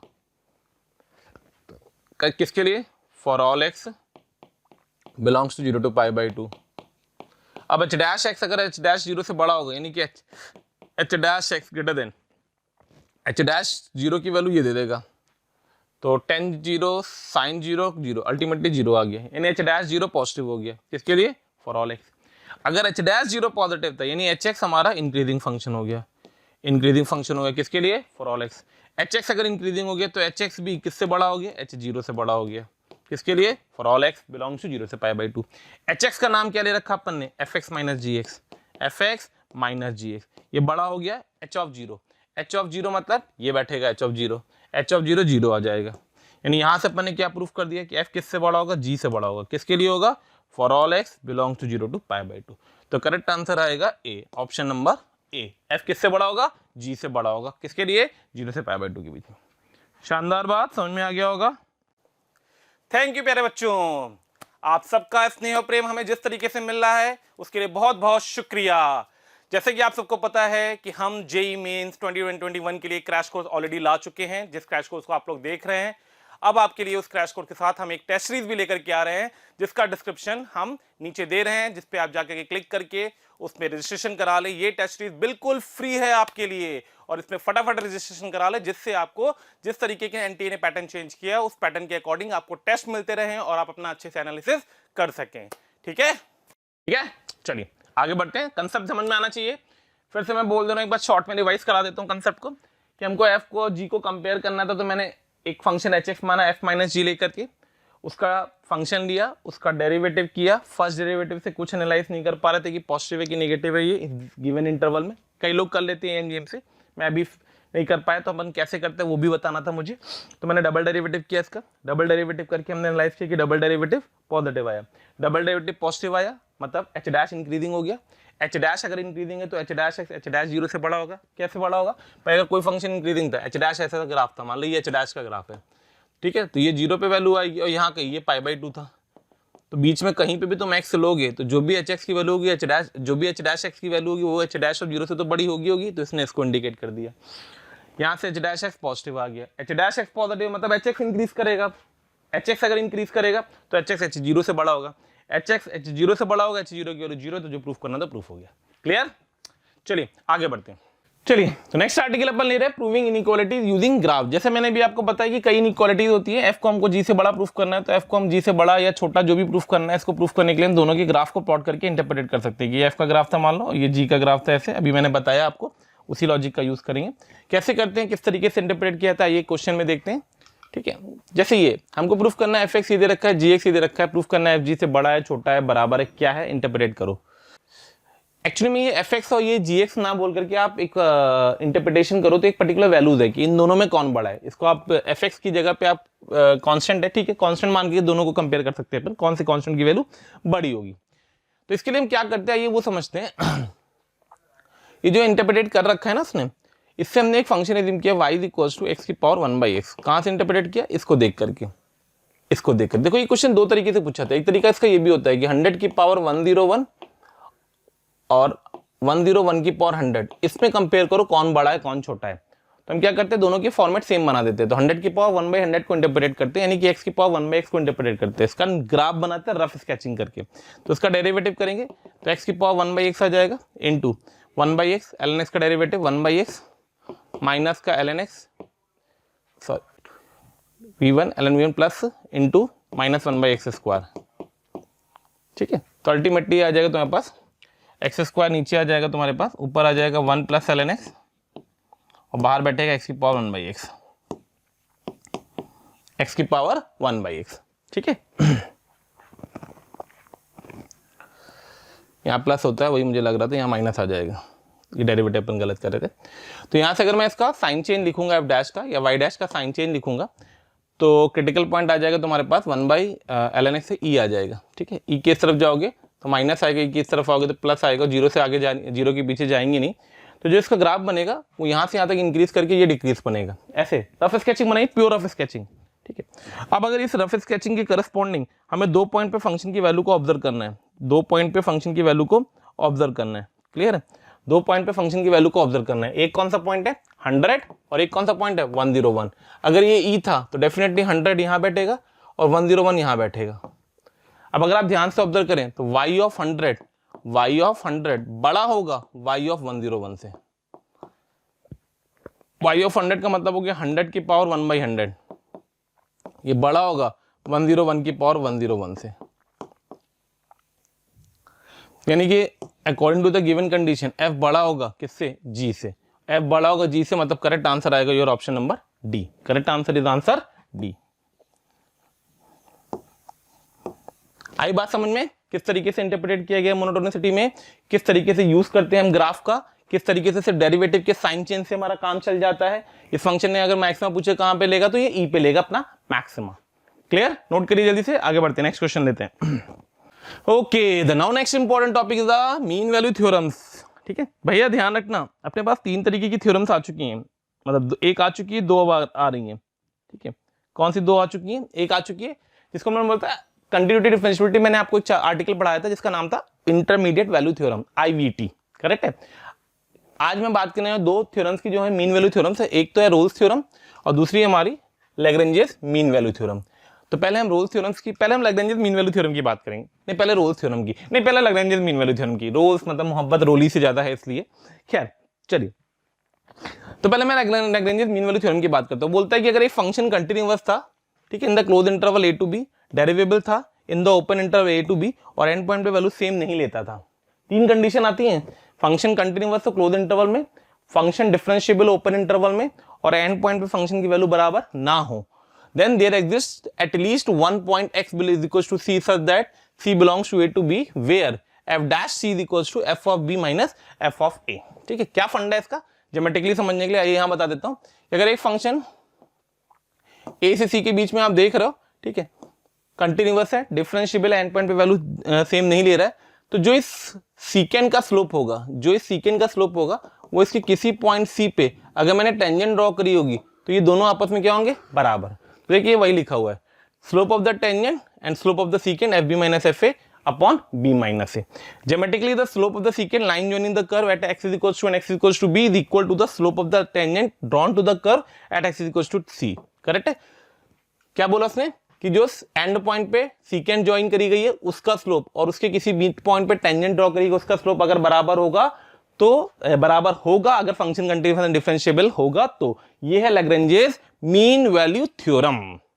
ठीक है, अब बात आती है रोल्स थ्योरम। क्या होता है Rolle's theorem? Is a special case of LMVT. वो कह रहा है क्या, फंक्शन कंटिन्यूअस होना चाहिए क्लोज इंटरवल में, फंक्शन डिफरेंशिएबल होना चाहिए ओपन इंटरवल में, function is continuous function is f dash exists every point open interval, and the third most important condition in end point पे वैल्यू बराबर हो, एंड पॉइंट पे वैल्यू बराबर हो। तो आइए जरा ग्राफिकली देखते हैं इसको। तो ये अगर a था, ये अगर b था और फंक्शन ऐसे गया था, तो देखो एंड पॉइंट पे वैल्यू भी सेम दे रहा है। करेक्ट है, फंक्शन कंटिन्यूअस डिफरेंशिएबल भी है। तो अगर आप सीकेंड के स्लोप की बात करते, मान लो मैं एलएमवीटी लगाता हूं, मैं आपसे बोलता सीकेंड की स्लोप बताओ, तो आप बोलते सर सीकेंड का स्लोप तो 0 दिख रहा है। सीकेंड का स्लोप अगर 0 दिख रहा है तो इसके किसी पॉइंट पे टेंजेंट डेफिनेटली एक्स एक्सिस के पैरेलल होगी, और टेंजेंट जिस पॉइंट पे एक्स एक्सिस से पैरेलल होगी उस पॉइंट पे जो एफ डैश सी आ रहा होगा, वो किसके बराबर होगा, 0 के बराबर, जो इसने बोला हुआ है कि there exist at least one c for which f dash c is equal to 0 for all c belongs to a to b. Clear? चलिए, तो नेक्स्ट क्या है अपने पास, Rolle's theorem is a special case of LMVT. जैसे मैंने आपको बताया यहाँ पे एफ ए एफ बी अगर बराबर होगा तो f dash c f b minus f a upon b minus a equal to 0 के बराबर होगा। अब बात आती है रूट्स को, नेचर को ऑब्जर्व करने के लिए। ठीक है, क्वाड्रेटिक में एक आर्टिकल हम लोग पढ़ते हैं, मैंने उसमें भी क्वाड्रेटिक के टाइम पे अपन एक आर्टिकल पढ़ेंगे। हाँ ठीक है, अभी नहीं आया वो, isolating the real roots of the equation. तो आप लोगों को क्या फंडा होता है वो समझ लीजिएगा कि अगर function f x and its first derivative are continuous for a to b, ठीक है, f and f b have the opposite sign, f and f b have the opposite sign, ये ए था ये बी था, function continuous था, डेरिवेबल था, और F A और एफ बी का अपोजिट साइन था, तो डेफिनेटली रास्ते में एक सी जरूर आएगा जहां पे f of c equal to 0 होगा। डेफिनेटली रास्ते में एक सी जरूर आएगा जहां पे f of c equal to 0 होगा। F dash x is differentiate from 0 for all values of x between a and b, then there is one and only one root of the equation fx is equals to 0. There is only one and one root of between a and b. तो ये है कि application of the Rolle's theorem. ठीक है, चलिए आगे बढ़ते हैं, क्वेश्चन देखते हैं। उसने बोला 27a plus 9b plus 3c plus d is equals to 0. Then the equation this has at least one real root lying between 0 to 1, 1 से 3, 0 से 3 and none of these. ठीक है, तो इसके रूट की बात कर रहा है वो, और वो कंडीशन दे रखी है। तो देखिए हम कैसे कर रहे हैं इसको। मैं आपको दो तरीके से रूल समझाने जा रहा हूँ, बी वेरी केयरफुल, ठीक है। रूट्स की बात करें 0 1 1 3 जो भी है, तो हमने क्या किया, इस फंक्शन को एफ एक्स माना,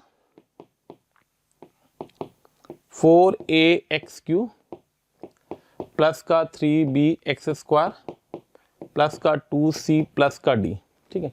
इसका इंटीग्रेशन कीजिए, तो इसका इंटीग्रेशन करोगे तो एक नया फंक्शन आएगा, मैं इसको hx मान ले रहा हूँ, क्या मान, ये कैपिटल एफ एक्स मान लेता हूँ, ज़्यादा बेटर रहेगा। इंटीग्रेशन वाले फंक्शन को हम लोग कैपिटल एफ एक्स से लिखते हैं। ध्यान से समझना बेटा, रोल्स थ्योरम को कैसे इंटरप्रेट किया जाता है रूट्स के अंदर, मतलब ये वन ऑफ द तरीका है, ध्यान रखना। It is not the only way, it is one of the way, it's not the only way, ठीक है।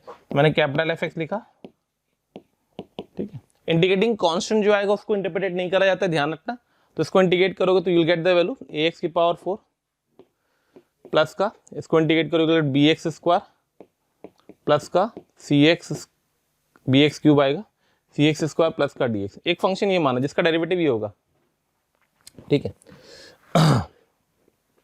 चलो इंटीग्रेटिंग कांस्टेंट के भी लिख दिया, हटा सावन की कटा, के मान लिया, ठीक।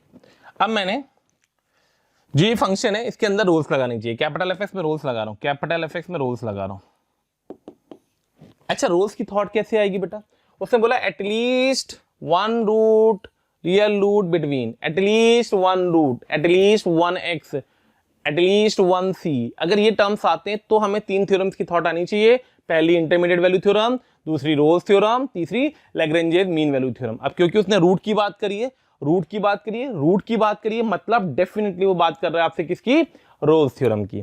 तो इसमें रोल्स लगाया अपन ने, तो रोल्स की तीन कंडीशन होती है। पहली कंडीशन फंक्शन कंटिन्यूअस होना चाहिए, किस इंटरवल में, अभी हम इंटरवल की बात करें, इन एन इंटरवल, ठीक है। इंटरवल को मैं चेक करवा दूंगा कैसे आता है वो, ठीक है, इन क्लोज ब्रैकेट। तो ऑब्वियस सी बात है, पॉलिनोमियल फंक्शन है, ऑलवेज कंटिन्यूअस एंड डिफरेंशिएबल होगा। फंक्शन डिफरेंशिएबल होना चाहिए तो फंक्शन डिफरेंशिएबल भी होगा in the open interval, the same, जो ऊपर आएगा वही नीचे आएगा। तीसरी कंडीशन प्यारी, फंक्शन की 3 पॉइंट पे, 2 पॉइंट पे, एंड पॉइंट पे वैल्यू सेम होनी चाहिए, f of this thing and f of this thing equals to are same, ठीक है। तो मैंने क्या किया, मैंने 0 से 1 दिया है, 1 से 3 दिया है, 0 से 3 दिया है। तो 0 से 3 ऑब्जर्व किया। आप सोचोगे सर 0 से 3 कैसे आपको थॉट आई? 3 की थॉट बेटा इसकी वजह से आई है। ये जो लिखा हुआ है वो जरा ध्यान से ऑब्जर्व करो। तो इसके अंदर अगर आप 3 रखोगे, इसके अंदर अगर आप 3 रखोगे और 3 को कॉमन ले लोगे तो यही बन जाएगा जो लिखा हुआ है, ठीक है। तो मैंने 0 से 3 ओपन, 0 से 3 ओपन, 0 से 3 क्लोज, एफ ऑफ 0 और एफ ऑफ 3 चेक किए। एफ ऑफ 0 किए आगे, एफ ऑफ 3 चेक करेंगे तो बनेगा 3 टाइम्स ऑफ 27a प्लस का 9b प्लस का 3c प्लस का d प्लस का k। तो बच्चों ध्यान से देखो, ये 0 दिया गया था, यानी इसकी वैल्यू भी कितनी आ गई अल्टीमेटली k। तो तीनों कंडीशन सेटिस्फाई करी, एंड पॉइंट पे वैल्यू सेम है, कंटिन्यूअस डिफरेंशिएबल है, तो there exist some c for which capital f dash of c equals to 0। c belongs to कहां से कहां तक, 0 से 3। कैपिटल f डैश 30 मतलब f of c equals to 0। f of c equals to 0 मतलब जो फंक्शन दे रखा उसका रूट आएगा c, जो फंक्शन दे रखा है उसका रूट आएगा c, यानी कि फंक्शन का रूट c आएगा, मतलब इसका रूट आएगा c। c की जगह पे अल्फा ले लो, f डैश ऑफ अल्फा लिख दो, अल्फा लिख दो अगर दिक्कत हो रही रूट को लेकर के। तो यानी किसके बीच में रूट आना चाहिए, आंसर आना चाहिए c, मतलब 0 से 3 के बीच में। तो this is one of the approach through which you can work out the Rolle's theorem. Function उसको इंटीग्रेट किया उस पे, यानी ये ध्यान रखना फंडा क्या है इसका, शॉर्ट फंडा बता दे रहा हूं इसका फंडा क्या है बेटा। इसका शॉर्ट फंडा ये है, मैं इधर से बता रहा हूं, आप नोट करना चाहो नोट कर लो। इसका शॉर्ट फंडा ये होता है कि जिसका रूट चाहिए, आई रिपीट, जिसका रूट चाहिए उसके इंटीग्रेशन में रोल्स लगती है, जिसका रूट चाहिए उसके इंटीग्रेशन में रोल्स चाहिए। मतलब अगर हमको प्रूफ करना है कि एफ एक्स 0 हो for x belongs to a to b, तो बेसिकली हम रोल्स किस में लगा रहे होंगे, हम रोल्स लगा रहे होंगे इसका जो इंटीग्रल रहा होगा, तभी तो उसका डेरिवेटिव ये बनेगा। भाई रोल्स किस पे एप्लीकेबल है, एफ डैश सी 0 होता है, एफ डैश सी 0 होता है, मतलब जो एफ एक्स 0 अगर हुआ है तो डेफिनेटली इसके इंटीग्रल पर रोल्स लग करके आया होगा। क्या मेरी बात समझ में आ रही है? बिल्कुल आ रही है। ओके चलिए आगे बढ़ते हैं। ऑलमोस्ट सिमिलर टाइप का एक दूसरा question, if 2a plus 3b plus 6 is equal to then the equation this has at least one root in the interval 1 से 2, 2 से 3। अब देखिए मैं रोल्स को आपको एक और अप्रोच बताता हूं ठीक है। एक अप्रोच होगी जो मैंने अभी पीछे की, एक अप्रोच होती है हम इंटीग्रेशन से कैसे ऑब्जर्व करते हैं। तो आपके पास जो ये पॉलिनोमियल दे रखा है ना, पॉलिनोमियल, इसको इंटीग्रेट कर दो, ax² plus bx plus c, ठीक है, टाइम्स ऑफ dx। बेटा ध्यान से समझना, इसको मैं थोड़ा सा एक्सप्लेन कर दूं पहले यहाँ पे ब्रीफ में, ठीक है।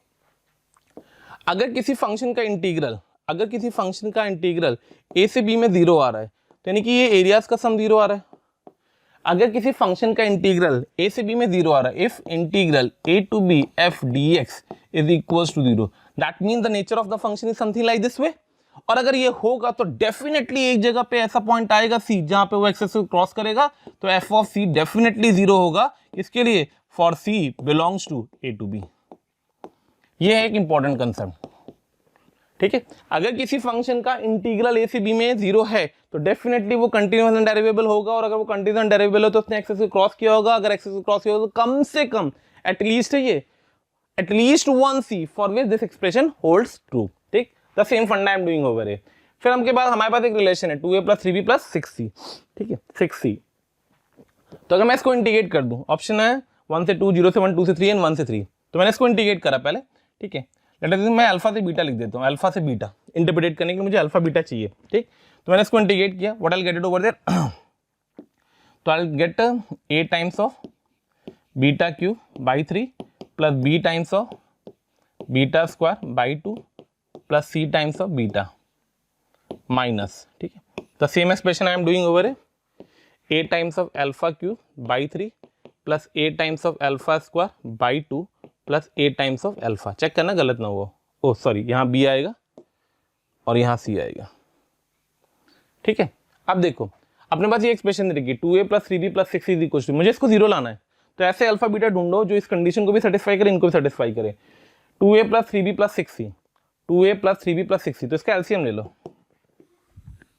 तो जैसे ही आपने नीचे एलसीएम लिया 6 आ गया। अब ये क्या बन गया 2a beta square plus 3b beta plus 6c beta minus same over here 2a alpha square plus 3b b alpha cube आएगा, sorry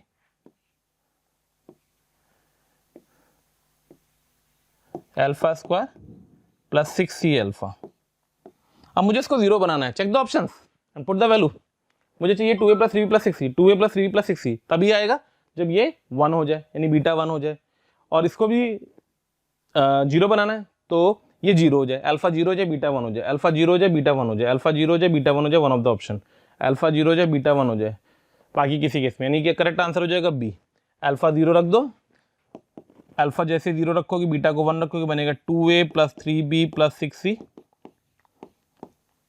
minus 0 by 6 which is equal to 0। तो हमें इस इंटीग्रेशन को 0 बनाना था, ये इंटीग्रेशन 0 हो गया।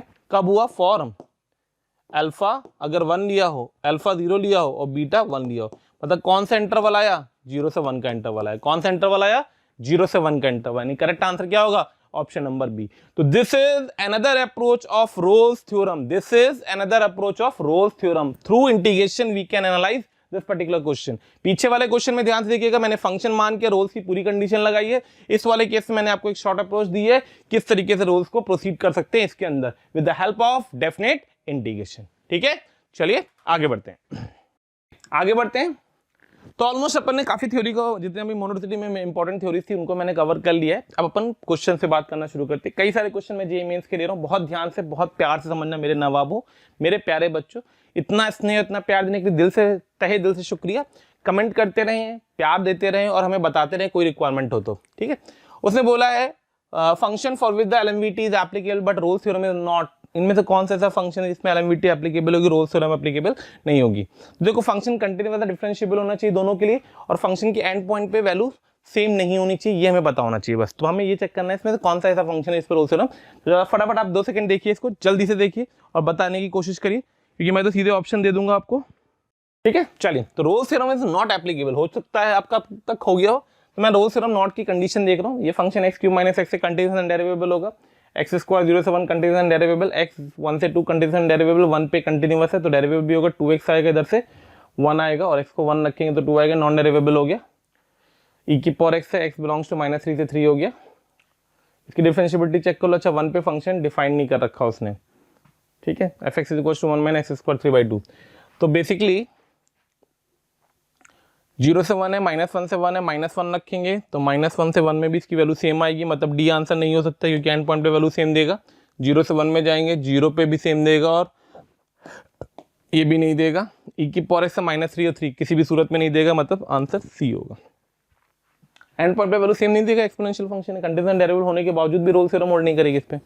ठीक है, चलिए नेक्स्ट क्वेश्चन है, ध्यान से देखना। Let the function f is equals to -7 से 0 and r be the continuous on -7 से 0 एंड डिफरेंशिएबल ऑन -7 से 0 if f of -7 3 f dash of 2, ये कंडीशन दे रखी है फॉर ऑल x -7 से 0। तो हमसे पूछा गया f -1 और f0 की वैल्यू बताइए लाइज इन द इंटरवल। तो हमें f -1 और f0 निकालना है। ठीक है, तो अपन क्या कर रहे हैं, ध्यान से देखना। पहले मुझे f -1 चाहिए, तो मैंने एक इंटरवल लिया है -7 से 1, -7 से -1 सॉरी, क्योंकि अगर -7 से 0 कोई फंक्शन डिफाइंड था बेटा, ध्यान से देखना क्वेश्चन, आईटी का क्वेश्चन है मेंस का। -7 से 0 अगर कोई फंक्शन डिफाइंड है तो -7 से -1 में भी कंटीन्यूअस डिफरेंशिएबल होगा। आप सोचोगे सर आपने ये थॉट कहां से ली? अरे भाई इसको देख करके ली। अगर यहाँ -2 पूछा होता तो मैं यहाँ -2 लेता, अगर यहाँ पे -3 पूछा तो -3 लेता। अब -7 से -1 पे हमारे पास सिर्फ -7 की वैल्यू पता है, -1 की नहीं पता है। अगर -1 की नहीं पता मतलब मुझे दोनों एंड पॉइंट की वैल्यू नहीं पता है। अब अगर मुझे दोनों एंड पॉइंट की वैल्यू नहीं पता तो किसी भी सूरत में मैं रोल्स तो लगा ही नहीं सकता हूँ। लगाऊंगा तो क्या लगाऊंगा, सिर्फ और सिर्फ LMVT। तो मैंने इसमें LMVT अप्लाई किया। थोड़ा सा फास्ट कर रहा हूँ, थोड़ा सा शॉर्ट में भी कर रहा हूँ, ध्यान से देखते हैं ना। इस इंटरवल में अगर मैं LMVT लगा रहा हूँ तो कंटीन्यूअस एंड डिफरेंशिएबल लिख ही रखा उसने, तो f of -1 minus f of -7 आएगा, नीचे आएगा -1 -7 विच इज इक्वल्स टू क्या, विच इज इक्वल्स टू क्या, f डैश ऑफ समथिंग। तो मैं इसको f डैश ऑफ अल्फा लिख देता हूँ, f डैश ऑफ अल्फा लिख देता हूँ। अब उसने बोल रखा है f डैश ऑफ अल्फा 2 से छोटा है। ठीक है, किसके लिए, फॉर ऑल x -7 से, तो ये नहीं हमेशा 2 से छोटा होगा, नहीं 2 से छोटा होगा, इसको 2 से छोटा कर दिया। ठीक है, यहां से हमको क्या चाहिए, तो f ऑफ -1 आ गया,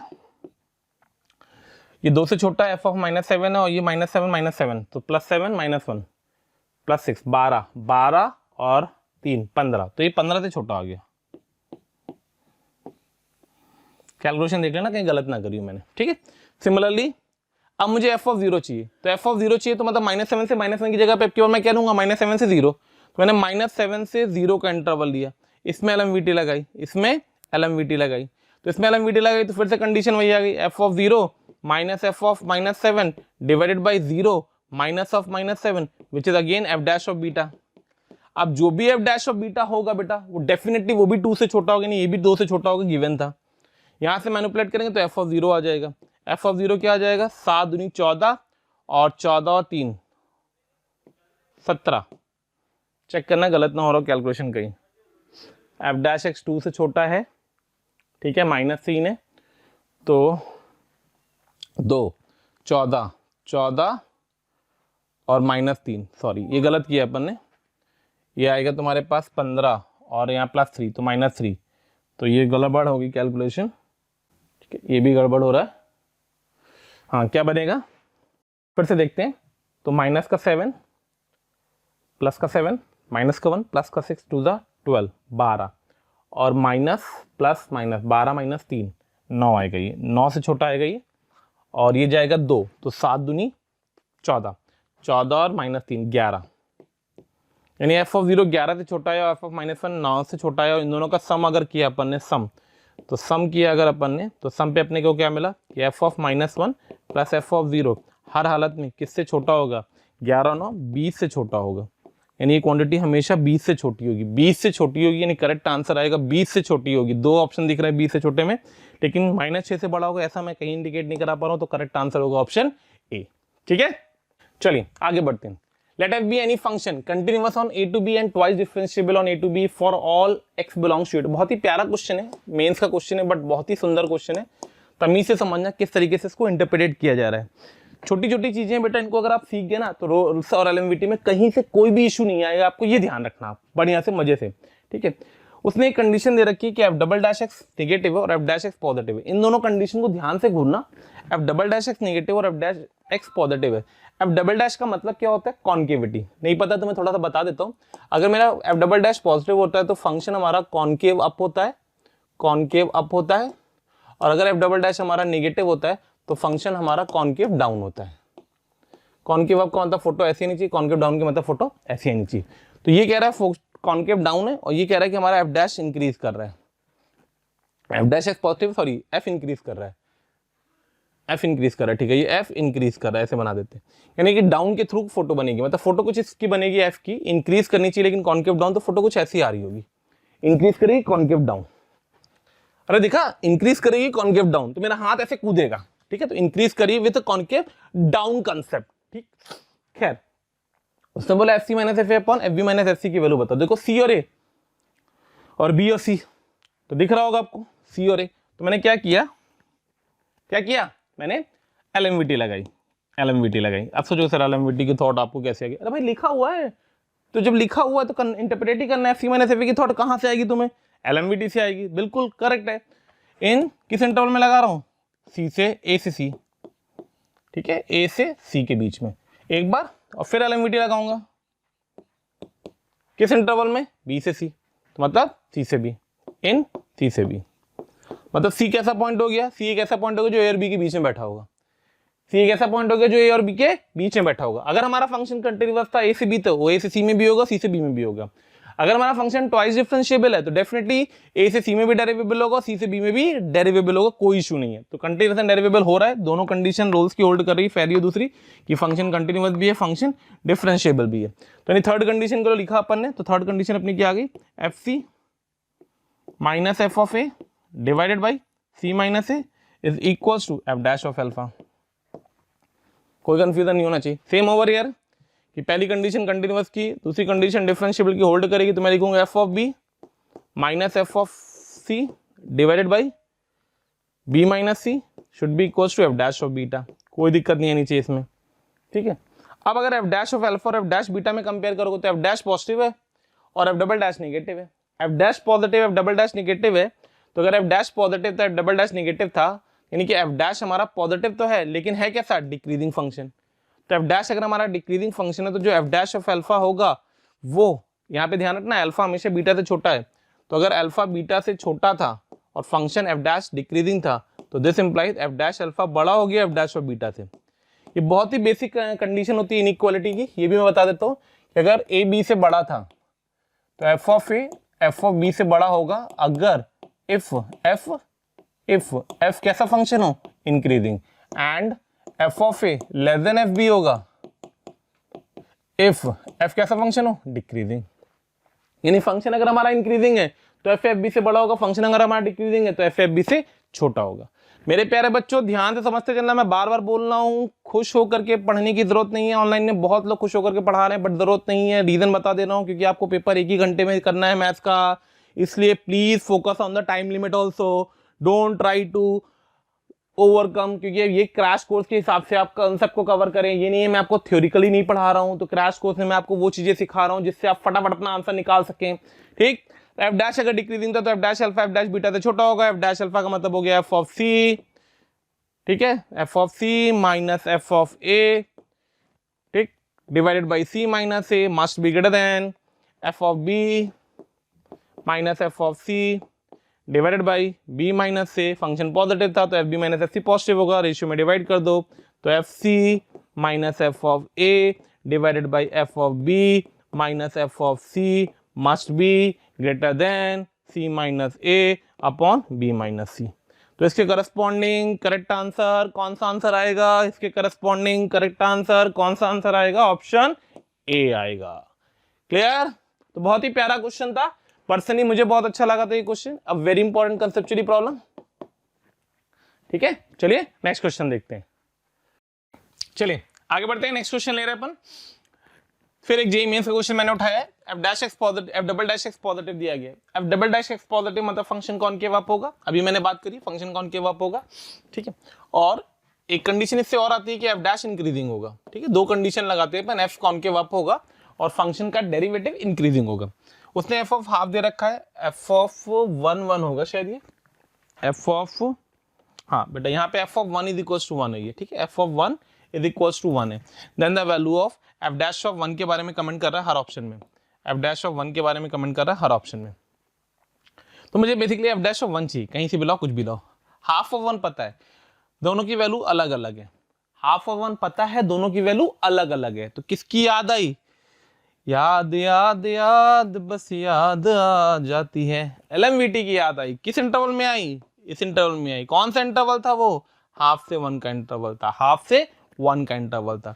यहां से अपन इंटरप्रेट किया f of 1 minus f of half, continuous derivable है, ट्वाइस डिफरेंशिएबल लिखा हुआ है, टेंशन नहीं, फटाफट करो, ठीक, 1 minus half is equals to f dash of alpha चिपका दो।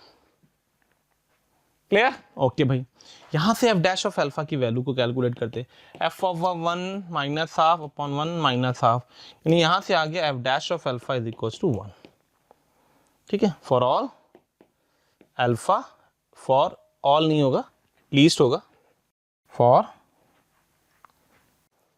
प्यारे बच्चों, साथ ही जिन बच्चों को अगर लग रहा है कि वो ऑफलाइन आना कर कोटा में स्टडी करना चाहते हैं, उनके लिए हम एक बहुत ही प्यारा कोर्स लेकर के आ रहे हैं जिसका नाम है रैपिड कोर्स। इसके थ्रू हम बेसिकली टारगेट करेंगे जेई मेंस में वाले कोर्स का। उसका भी लिंक हम डिस्क्रिप्शन पे दे रहे हैं, आप उस पर जाकर के क्लिक करके उसमें रजिस्ट्रेशन करा लें, क्योंकि आपको पता है ऑफलाइन कोर्स है, बहुत लिमिटेड सीट के साथ हम शुरू कर पाएंगे ड्यू टू जैसा कि गाइडलाइंस हमें मिली हुई है उसके अकॉर्डिंग। तो फटाफट इसमें भी आप रजिस्ट्रेशन करा लें। ठीक है, अल्फा बिलोंग्स टू कहां से कहां तक, हाफ से लेकर के 1 तक।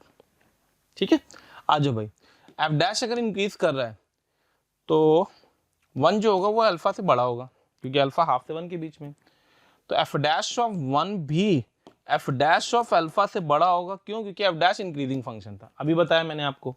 तो f dash of 1 F dash of alpha, F dash of alpha कितना है 1, यानी कि एफ डैश ऑफ 1 1 से बड़ा होगा, एफ डैश ऑफ 1 1 से बड़ा होगा, एफ डैश ऑफ 1 1 से बड़ा होगा, एफ डैश ऑफ 1 1 से बड़ा होगा। करेक्ट आंसर, आंसर थी। तो देखो कैसे सेकंड्स में चुटकी बजाओ उत्तर पाओ मेथड, चुटकी बजाओ उत्तर पाओ मेथड, चुटकी बजाओ उत्तर पाओ मेथड, चुटकी बजाओ उत्तर पाओ method, CB UPM, CB UPM. तो चुटकी बजाओ मतलब लैग्रेंज मीन वैल्यू थ्योरम दिखी, फॉर्मूला लगाया, डैश की वैल्यू चेक करी, पुट करी और आंसर निकाला। आई बात समझ में? देखिए सेकंड्स में क्वेश्चन सॉल्व होते हैं पेपर में, carefully. Move to the next question. Very good, this is again a very popular question, शायद आप लोग को याद भी होगा, नोट्स में भी कर रखा होगा आप लोगों ने ऐसे क्वेश्चन को। फाइव डैश की इंक्रीजिंग डिक्रीजिंग की बात करनी है, फाइव डैश की इंक्रीजिंग डिक्रीजिंग की बात करनी है। हमारे पास है five dash x, five x is equal to f x plus f of 2 minus x. उसने बोला एफ डबल डैश पॉजिटिव था, एफ डबल डैश पॉजिटिव था किसके लिए, 0 से 2 के बीच में। देन फाइव इज इंक्रीज करेगा डिक्रीज करेगा, वो बताओ। तो भाई 5 के बारे में बात करते हैं। तो 5 का डैश किया, भाई ध्यान रखना ये एफ डबल डैश पॉजिटिव है तो एफ डबल डैश पॉजिटिव है तो एफ डैश कैसा फंक्शन है, एफ डैश इंक्रीजिंग फंक्शन है। फिर बोल रहा हूं ध्यान रखना, डबल डेरिवेटिव सिर्फ कॉन्केविटी के बारे में ही बताए ऐसा जरूरी नहीं है, डबल डेरिवेटिव फंक्शन के डेरिवेटिव को भी इंक्रीजिंग डिक्रीजिंग बताते हैं। एफ डैश कैसा फंक्शन होगा, इंक्रीजिंग फंक्शन होगा, एफ डैश कैसा फंक्शन होगा, इंक्रीजिंग फंक्शन होगा। फाइव डैश की बात करेंगे, फाइव डैश कितना आ जाएगा, फाइव डैश आ जाएगा f dash of x plus का f dash of 2 minus x, correct है, और माइनस साइन। ठीक, अब देखो मैंने केस लिया, केस 1 कि फाइव डैश पॉजिटिव था, मतलब 5 इंक्रीज करेगा। ठीक, तो फाइव डैश पॉजिटिव था मतलब F dash x greater than F dash of 2 minus x होगा। ठीक है, अब फाइव डैश अगर एफ डैश अगर इंक्रीजिंग था तो जो इनइक्वालिटी फंक्शन में थी वही इनइक्वालिटी उसकी एंगल्स में होगी। तो x greater than 2 minus x आ गया, यहां से क्या आ गया, x should be greater than 1, correct है। यानी x अगर 1 से बड़ा है, हमें कहां तक देखना है 0 से 2 में, तो x अगर 1 से 2 है तो फंक्शन क्या करेगा, इंक्रीज करेगा। तो this implies x belongs to 1 से 2, 5 इंक्रीज करेगा। ठीक है, सिमिलरली केस 2 बना दो, केस 2 में ले लो फाइव डैश नेगेटिव। अब फाइव डैश अगर नेगेटिव तो f dash of x less than F dash of 2 minus x, तो x should be less then 2 minus x, यानी x should be less then 1। अब अगर x लेस देन 1 आया है तो this implies x belongs to 0 to 1, five dash क्या कर रहा होगा, डिक्रीज कर रहा होगा। यानी फाइव डैश इंक्रीज करेगा 1 से 2 में और फाइव डैश डिक्रीज करेगा 0 से 1 में। तो करेक्ट आंसर आएगा ऑप्शन ए। क्या आएगा, ए आंसर आएगा।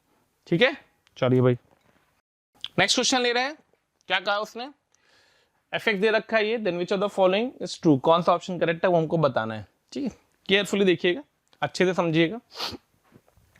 देखिए आप लोग ने आईटीएफ को बोला था कि सर लेक्चर थोड़ा सा और एलोबरेट होना चाहिए, ये आईटीएफ के एप्लीकेशन आते जा रहे हैं, जहां जहां आएंगे वहां वहां हम एप्लीकेशन की बात करेंगे बच्चों। तो सबसे पहले हमने क्या किया, इसको ऑब्जर्व किया, तो ये लिखा x into cos inverse minus का साइन एक्स। तो मैंने क्या किया, इसको थोड़ा सा चेंज कर दिया। तो f x is equal to लिख दिया x times of pi by 2 minus का कॉस इनवर्स था उसको साइन इनवर्स माइनस कर दिया, तो साइन इनवर्स माइनस का साइन मॉड एक्स, माइनस बाहर ले लिया तो प्लस का साइन मॉड एक्स आ गया ये। ठीक है, इसको फर्दर रीडिफाइन कर दिया अपन ने।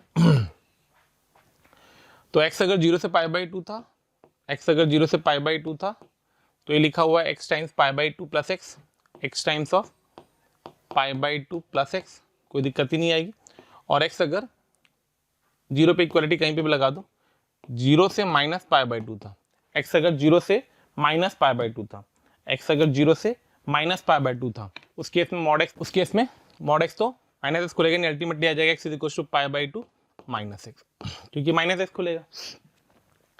ठीक है, ये फंक्शन आ गया। इसका डेरिवेटिव कर देते हैं अगर f डैश, तो f डैश एक्स अपने पास आ जाएगा pi by 2 plus 2x and pi by 2 minus का 2x। ये आएगा for x greater than equal to 0, ये आएगा फॉर x लेस देन 0। ठीक, इतने से ही काम चल जाएगा। देखना अभी आओ, f डैश 0 पाई माइनस का पाई बाई 2 है, f डैश 0 0 पे फंक्शन प्लस का पाई बाई 2 आएगा, ये ऑप्शन रिजेक्ट हो गया। f is not differentiable eight 0, f is differentiable eight 0, correct है, क्योंकि डेरिवेटिव की वैल्यू कितनी आ रही है f की, पाई बाई 2 आ रही है। आप यहाँ से भी चेक कर सकते हैं उसको। f डैश के बारे में बात करना है, f डैश के बारे में, तो ग्राफ बना दो 0 से, तो y equal to 2x plus pi by 2, तो प्लस पाई बाई 2 तो ग्राफ ऐसा कुछ बनेगा, और minus 2x plus pi by 2 तो ग्राफ कुछ ऐसा बनेगा। ये f डैश का ग्राफ बन गया, f डैश वर्सेस x का ग्राफ। ठीक है, बेसिकली कुछ नहीं किया मैंने, मॉडल से प्लस पाई बाई 2 को मल्टीप्लाई कर रखा है। ठीक, तो f डैश डिक्रीज करेगा माइनस पाई बाई 2 से 0 और इंक्रीज करेगा 0 से पाई बाई 2, तो करेक्ट आंसर आएगा सी आंसर। देखो कितना सिंपल क्वेश्चन है जी मीन्स। देखो देखो फटाफट देखो भाई, देखना है आपको, मुझे नहीं देखना है, देखना तो आपको पड़ेगा, इसलिए ध्यान से देखना। नेक्स्ट क्वेश्चन देखिए। ठीक, let s be the set of all the real roots of the equation this thing, then S is a singleton, contain at least 4 elements, contains exactly 4 elements, contains at least 4 elements, contains exactly 2 elements, is an empty set। ठीक है भाई, तो आप क्या करो, 3 की power इसको तो t मान लो, 3 की पावर इसको t मान लो, तो देखो क्वेश्चन क्या बन गया, t square minus t plus 2 is equal to modulus of t minus 1 plus modulus of t minus 2। ठीक, इसको लिख दिया मैंने t माइनस 1/2 का होल स्क्वायर प्लस का 2 माइनस 1/4, 2 माइनस 1/4 7/4। सही है, ठीक है, is equal to modulus of t minus 1 plus modulus of t minus 2। Board shape graphs होते हैं कुछ, ये तो पैराबोला, ये बोर्ड शेप है, दोनों को प्लॉट कर देते हैं अपन। ठीक है, तो 1 और 2, 1 और 2, तो ये ग्राफ तो कुछ ऐसा बनेगा बोर्ड शेप। ठीक है, अब हमको ये वाला ग्राफ बनाना है। कौन सा ग्राफ बनाना है? सेकंड वाला ग्राफ बनाना है। सेकंड ग्राफ मतलब मैं इस वाले ग्राफ की बात कर रहा हूँ। तो t माइनस हाफ का whole square plus 7/4, t minus half का whole square plus 7/4। t is equal to 1 पे देखो 2 इक्वलिटी होल्ड करिए, मतलब ये ग्राफ यहाँ से जाएगा, करेक्ट है, और t इज इक्वल टू 1 पे होल्ड करिए। ठीक, तो t इज इक्वल टू 1 पे ये दोनों इक्वल होंगे, और हाफ से मतलब ग्राफ कुछ ऐसा बनेगा और यूं जाएगा, तो ग्राफ कुछ यूं आएगा ऐसा, क्योंकि ये हाफ होगा। ठीक है, हाफ पे ही वैल्यू, तो ये ब्लू वाला रेड वाला ग्राफ आ गया, वो बोर्ड शेप ग्राफ आ गया, दोनों का point of intersection exactly 1 point आएगा, तो correct answer is answer a singleton element. ठीक है, आप सोचोगे सर आपने ऐसा क्वेश्चन यहाँ पे क्यों लिया, क्योंकि बेटा ये भी हम चाहते तो हम इसको मोनोटोनिसिटी से कर सकते थे, मॉडुलस को खोल करके केसेस बना करके, बट मैंने इसको ग्राफिकली इसलिए बताया क्योंकि टाइम बचता है, जल्दी होता है। पैराबोला का ग्राफ बनाना सबको आता है, 2 मॉडुलस के सम का ग्राफ बनाना सबको आता है, इसको मैं बोर्ड शेप बोलता हूँ, 2 मॉडुलस के सम को बोर्ड शेप बोलता हूँ, ध्यान रखना। ठीक है, नेक्स्ट क्वेश्चन ले रहे हैं अपन। नेक्स्ट क्वेश्चन है कंपोजिट फंक्शन की इंक्रीजिंग एंड डिक्रीजिंग की बात कर रहा है वो, अगेन एक मेंस का क्वेश्चन ही, कंपोजिट फंक्शन की इंक्रीजिंग एंड डिक्रीजिंग की बात कर रहा है वो। f दे रखा है, g दे रखा है, और उसने बोला set of all the points where the function fork. तो हम सबसे पहले फॉक की बात कर लेते हैं, पॉइंट वन फंक्शन में कोई दिक्कत नहीं आएगी, f ऑफ gx, तो e की power gx x square minus x minus x square minus x. ठीक है, हमें इसका इंक्रीजिंग डिक्रीजिंग देखना है, तो हमने इसका डैश कर दिया, h मान लेते हैं इसको, तो इज इक्वल टू h लिखा हुआ है, h का डैश कर दिया, तो ये बन गया e की power x square minus x into 2x minus 1 minus का 2x माइनस 1, 2x माइनस 1 को बाहर निकाल देते हैं, 2x माइनस 1 को बाहर निकाल देते हैं, अंदर आ जाएगा e की power x square minus x minus 1। Critical point mark करेंगे एच डैश के, ठीक है। तो एक तो 1/2 दिख रहा है हमको और एक्स स्क्वायर माइनस एक्स, तो अगर एक्स स्क्वायर माइनस एक्स को मैंने 0 ले रखा है, जब 0 लोगे तभी ये कटेगा, ई की पावर 0 1 बनेगा, 1 1 कटेगा, तो इसके क्रिटिकल पॉइंट आ जाएंगे 0 और 1। तो 0 1 और हाफ, 3 क्रिटिकल पॉइंट आएंगे, 0 1 और हाफ, 0 1 एंड हाफ। अब साइन चेंज लिखते हैं, ध्यान से देखना, ठीक है। तो अगर मैंने 1 से बड़ा लिया तो 1 से बड़ा पे ये पॉजिटिव तो पूरा पॉजिटिव, ठीक है। हाफ से 1 लेंगे तो पॉजिटिव के बाद ये निगेटिव आएगा, करेक्ट है। ये पॉजिटिव ये निगेटिव तो निगेटिव, 0 से हाफ जाएंगे तो ये निगेटिव ये निगेटिव निगेटिव निगेटिव पॉजिटिव, और फिर 0 से पीछे जाएंगे तो ये निगेटिव ये पॉजिटिव ओवरऑल निगेटिव, ठीक है। तो ये हमारा साइन कन्वेंशन आएगा एच डैश का। एच डैश का साइन कन्वेंशन क्या आएगा, एच यहाँ पे डिक्रीज करेगा, यहाँ पे इंक्रीज करेगा, यहाँ पे डिक्रीज करेगा और यहाँ पे इंक्रीज करेगा। ऑप्शन चेक करना स्टार्ट करिए। देन इंक्रीज करेगा 0 से हाफ और 1 से इन्फिनिटी, 0 से हाफ और 1 से infinity, correct answer A option आएगा। तो देखिए किस तरीके से सिर्फ फर्स्ट डेरिवेटिव अप्रोच से अपन ने इंक्रीजिंग डिक्रीजिंग को ऑब्जर्व कर लिया। फर्स्ट डेरिवेटिव अप्रोच से अपन ने इंक्रीजिंग डिक्रीजिंग को ऑब्जर्व कर लिया in a composite function.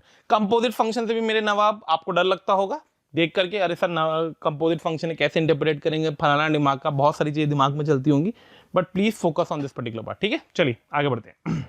Okay, तो नेक्स्ट क्वेश्चन अपने पास, if the function f is given by fx equals to this thing for some a belongs to real is increasing in 0 से 1 and decreasing in 1 to 5। तो देखो एक कोई function अगर 0 से 1 में इंक्रीज करेगा और 1 से 5 में डिक्रीज करेगा, 0 से 1 में इंक्रीज करेगा, 1 से 5 में डिक्रीज करेगा, पॉलिनोमियल मतलब कंटिन्यूअस होगा, इस टाइप से फोटो ले रहा है। 0 से 1 में इंक्रीज कर रहा है और 1 से 5 में डिक्रीज कर रहा है, 1 पे वो मैक्सिमा लेगा, 1 पे वो मैक्सिमा लेगा। और अगर 1 पे मैक्सिमा ले रहा है तो इतना श्योर है कि एफ डैश ऑफ 1 0 होगा। तो एफ डैश ऑफ 1 निकाल लेते तो अपने पास आ जाएगा 3 माइनस का 2 इंटू 3 इंटू ए माइनस 2, ठीक है, प्लस का 3 into a is equal to 0। क्या वैल्यू आएगी उससे मेरे को फर्क नहीं पड़ेगा, तो 3 3 3 कट जाएगा, 1 माइनस 2a प्लस का 4 प्लस का a, that will be equal to 0। तो from here I will get the value a is equal to 5। a कितना आ गया, 5 के बराबर आ गया, ठीक है। अब अगर a 5 के बराबर आ रहा है बेटा, तो हम a को पुट कर देते हैं फंक्शन में, तो अपने पास fx आ जाएगा एक्स क्यूब माइनस का 5 माइनस 2 3 3 का 9x स्क्वायर प्लस का 15x प्लस का 7। उसने जो क्वेश्चन दे रखा है उस पर प्रोसीड करते हैं। fx माइनस 14, fx निकाल दिया अपन ने, मतलब इंक्रीजिंग डिक्रीजिंग ने आपको पॉइंट ऑफ मैक्सिमा बताया, पॉइंट ऑफ मैक्सिमा बताया तो मैंने डेरिवेटिव को 0 लिया वहां पे पॉइंट ऑफ मैक्सिमा की कंडीशन लगाने के लिए, ठीक है। और फिर मैंने fx minus 14 upon x minus 1 के होल स्क्वायर को प्रोसीड करना चाहा, इक्वल टू 0। इसका रूट निकालना है अपने को, तो ऊपर आ जाएगा तुम्हारे पास एक्स क्यूब माइनस का 9x स्क्वायर प्लस का 15x प्लस का 7 माइनस का 14, तो माइनस का 7 डिवाइडेड बाई x माइनस 1 का होल स्क्वायर। इसको फैक्टराइज करना तो ये बन जाएगा x minus 7 into x minus 1 का whole square divide by x minus 1 का होल स्क्वायर। ये कट जाएगा इक्वल टू 0, यहाँ से रूट आ जाएगा x इज इक्वल टू 7, तो ये करेक्ट आंसर आ जाएगा +7 मतलब ऑप्शन नंबर ए, ठीक है। +7 मतलब ऑप्शन नंबर ए। एक सिंपल सा क्वेश्चन था, किस तरीके से मोनोटोनिसिटी को यूज किया गया वो उसने बताया था। बहुत ही प्यारा क्वेश्चन, बहुत ही बेहतरीन क्वेश्चन, अगेन जेईई मेंस का क्वेश्चन, लेकिन काफी इंपॉर्टेंट, काफी बेहतरीन मुझे पर्सनली लगता है, ठीक है। क्या हुआ है आइए देखते हैं।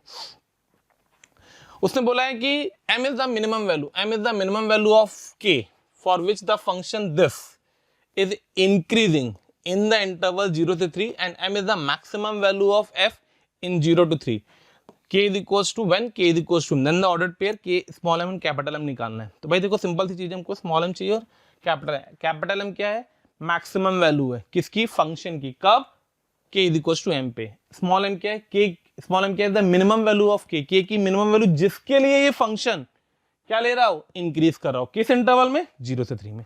तो फंक्शन का डेरिवेटिव क्या, सिंपल से इंक्रीजिंग डिक्रीजिंग को रीड करना है, फंक्शन का डेरिवेटिव करेंगे तो I get value under root of kx minus x square plus का x इंटू k माइनस का 2x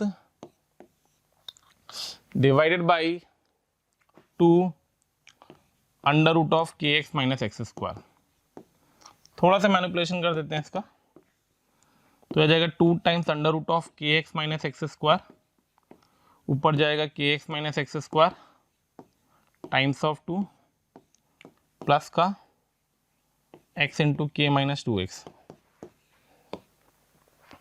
यहाँ से f डैश निकल के आ जाएगा 2kx minus 2x square plus kx minus 2x square divided by 2 times under root of k x minus x square. Calculation check कर लेना कि गलती ना करी हूँ मैंने। तो के एक्स माइनस हाफ आ जाएगा, 1/2 चला जाएगा, फिर के एक्स का माइनस एक्स स्क्वायर टू के माइनस 2x आ जाएगा।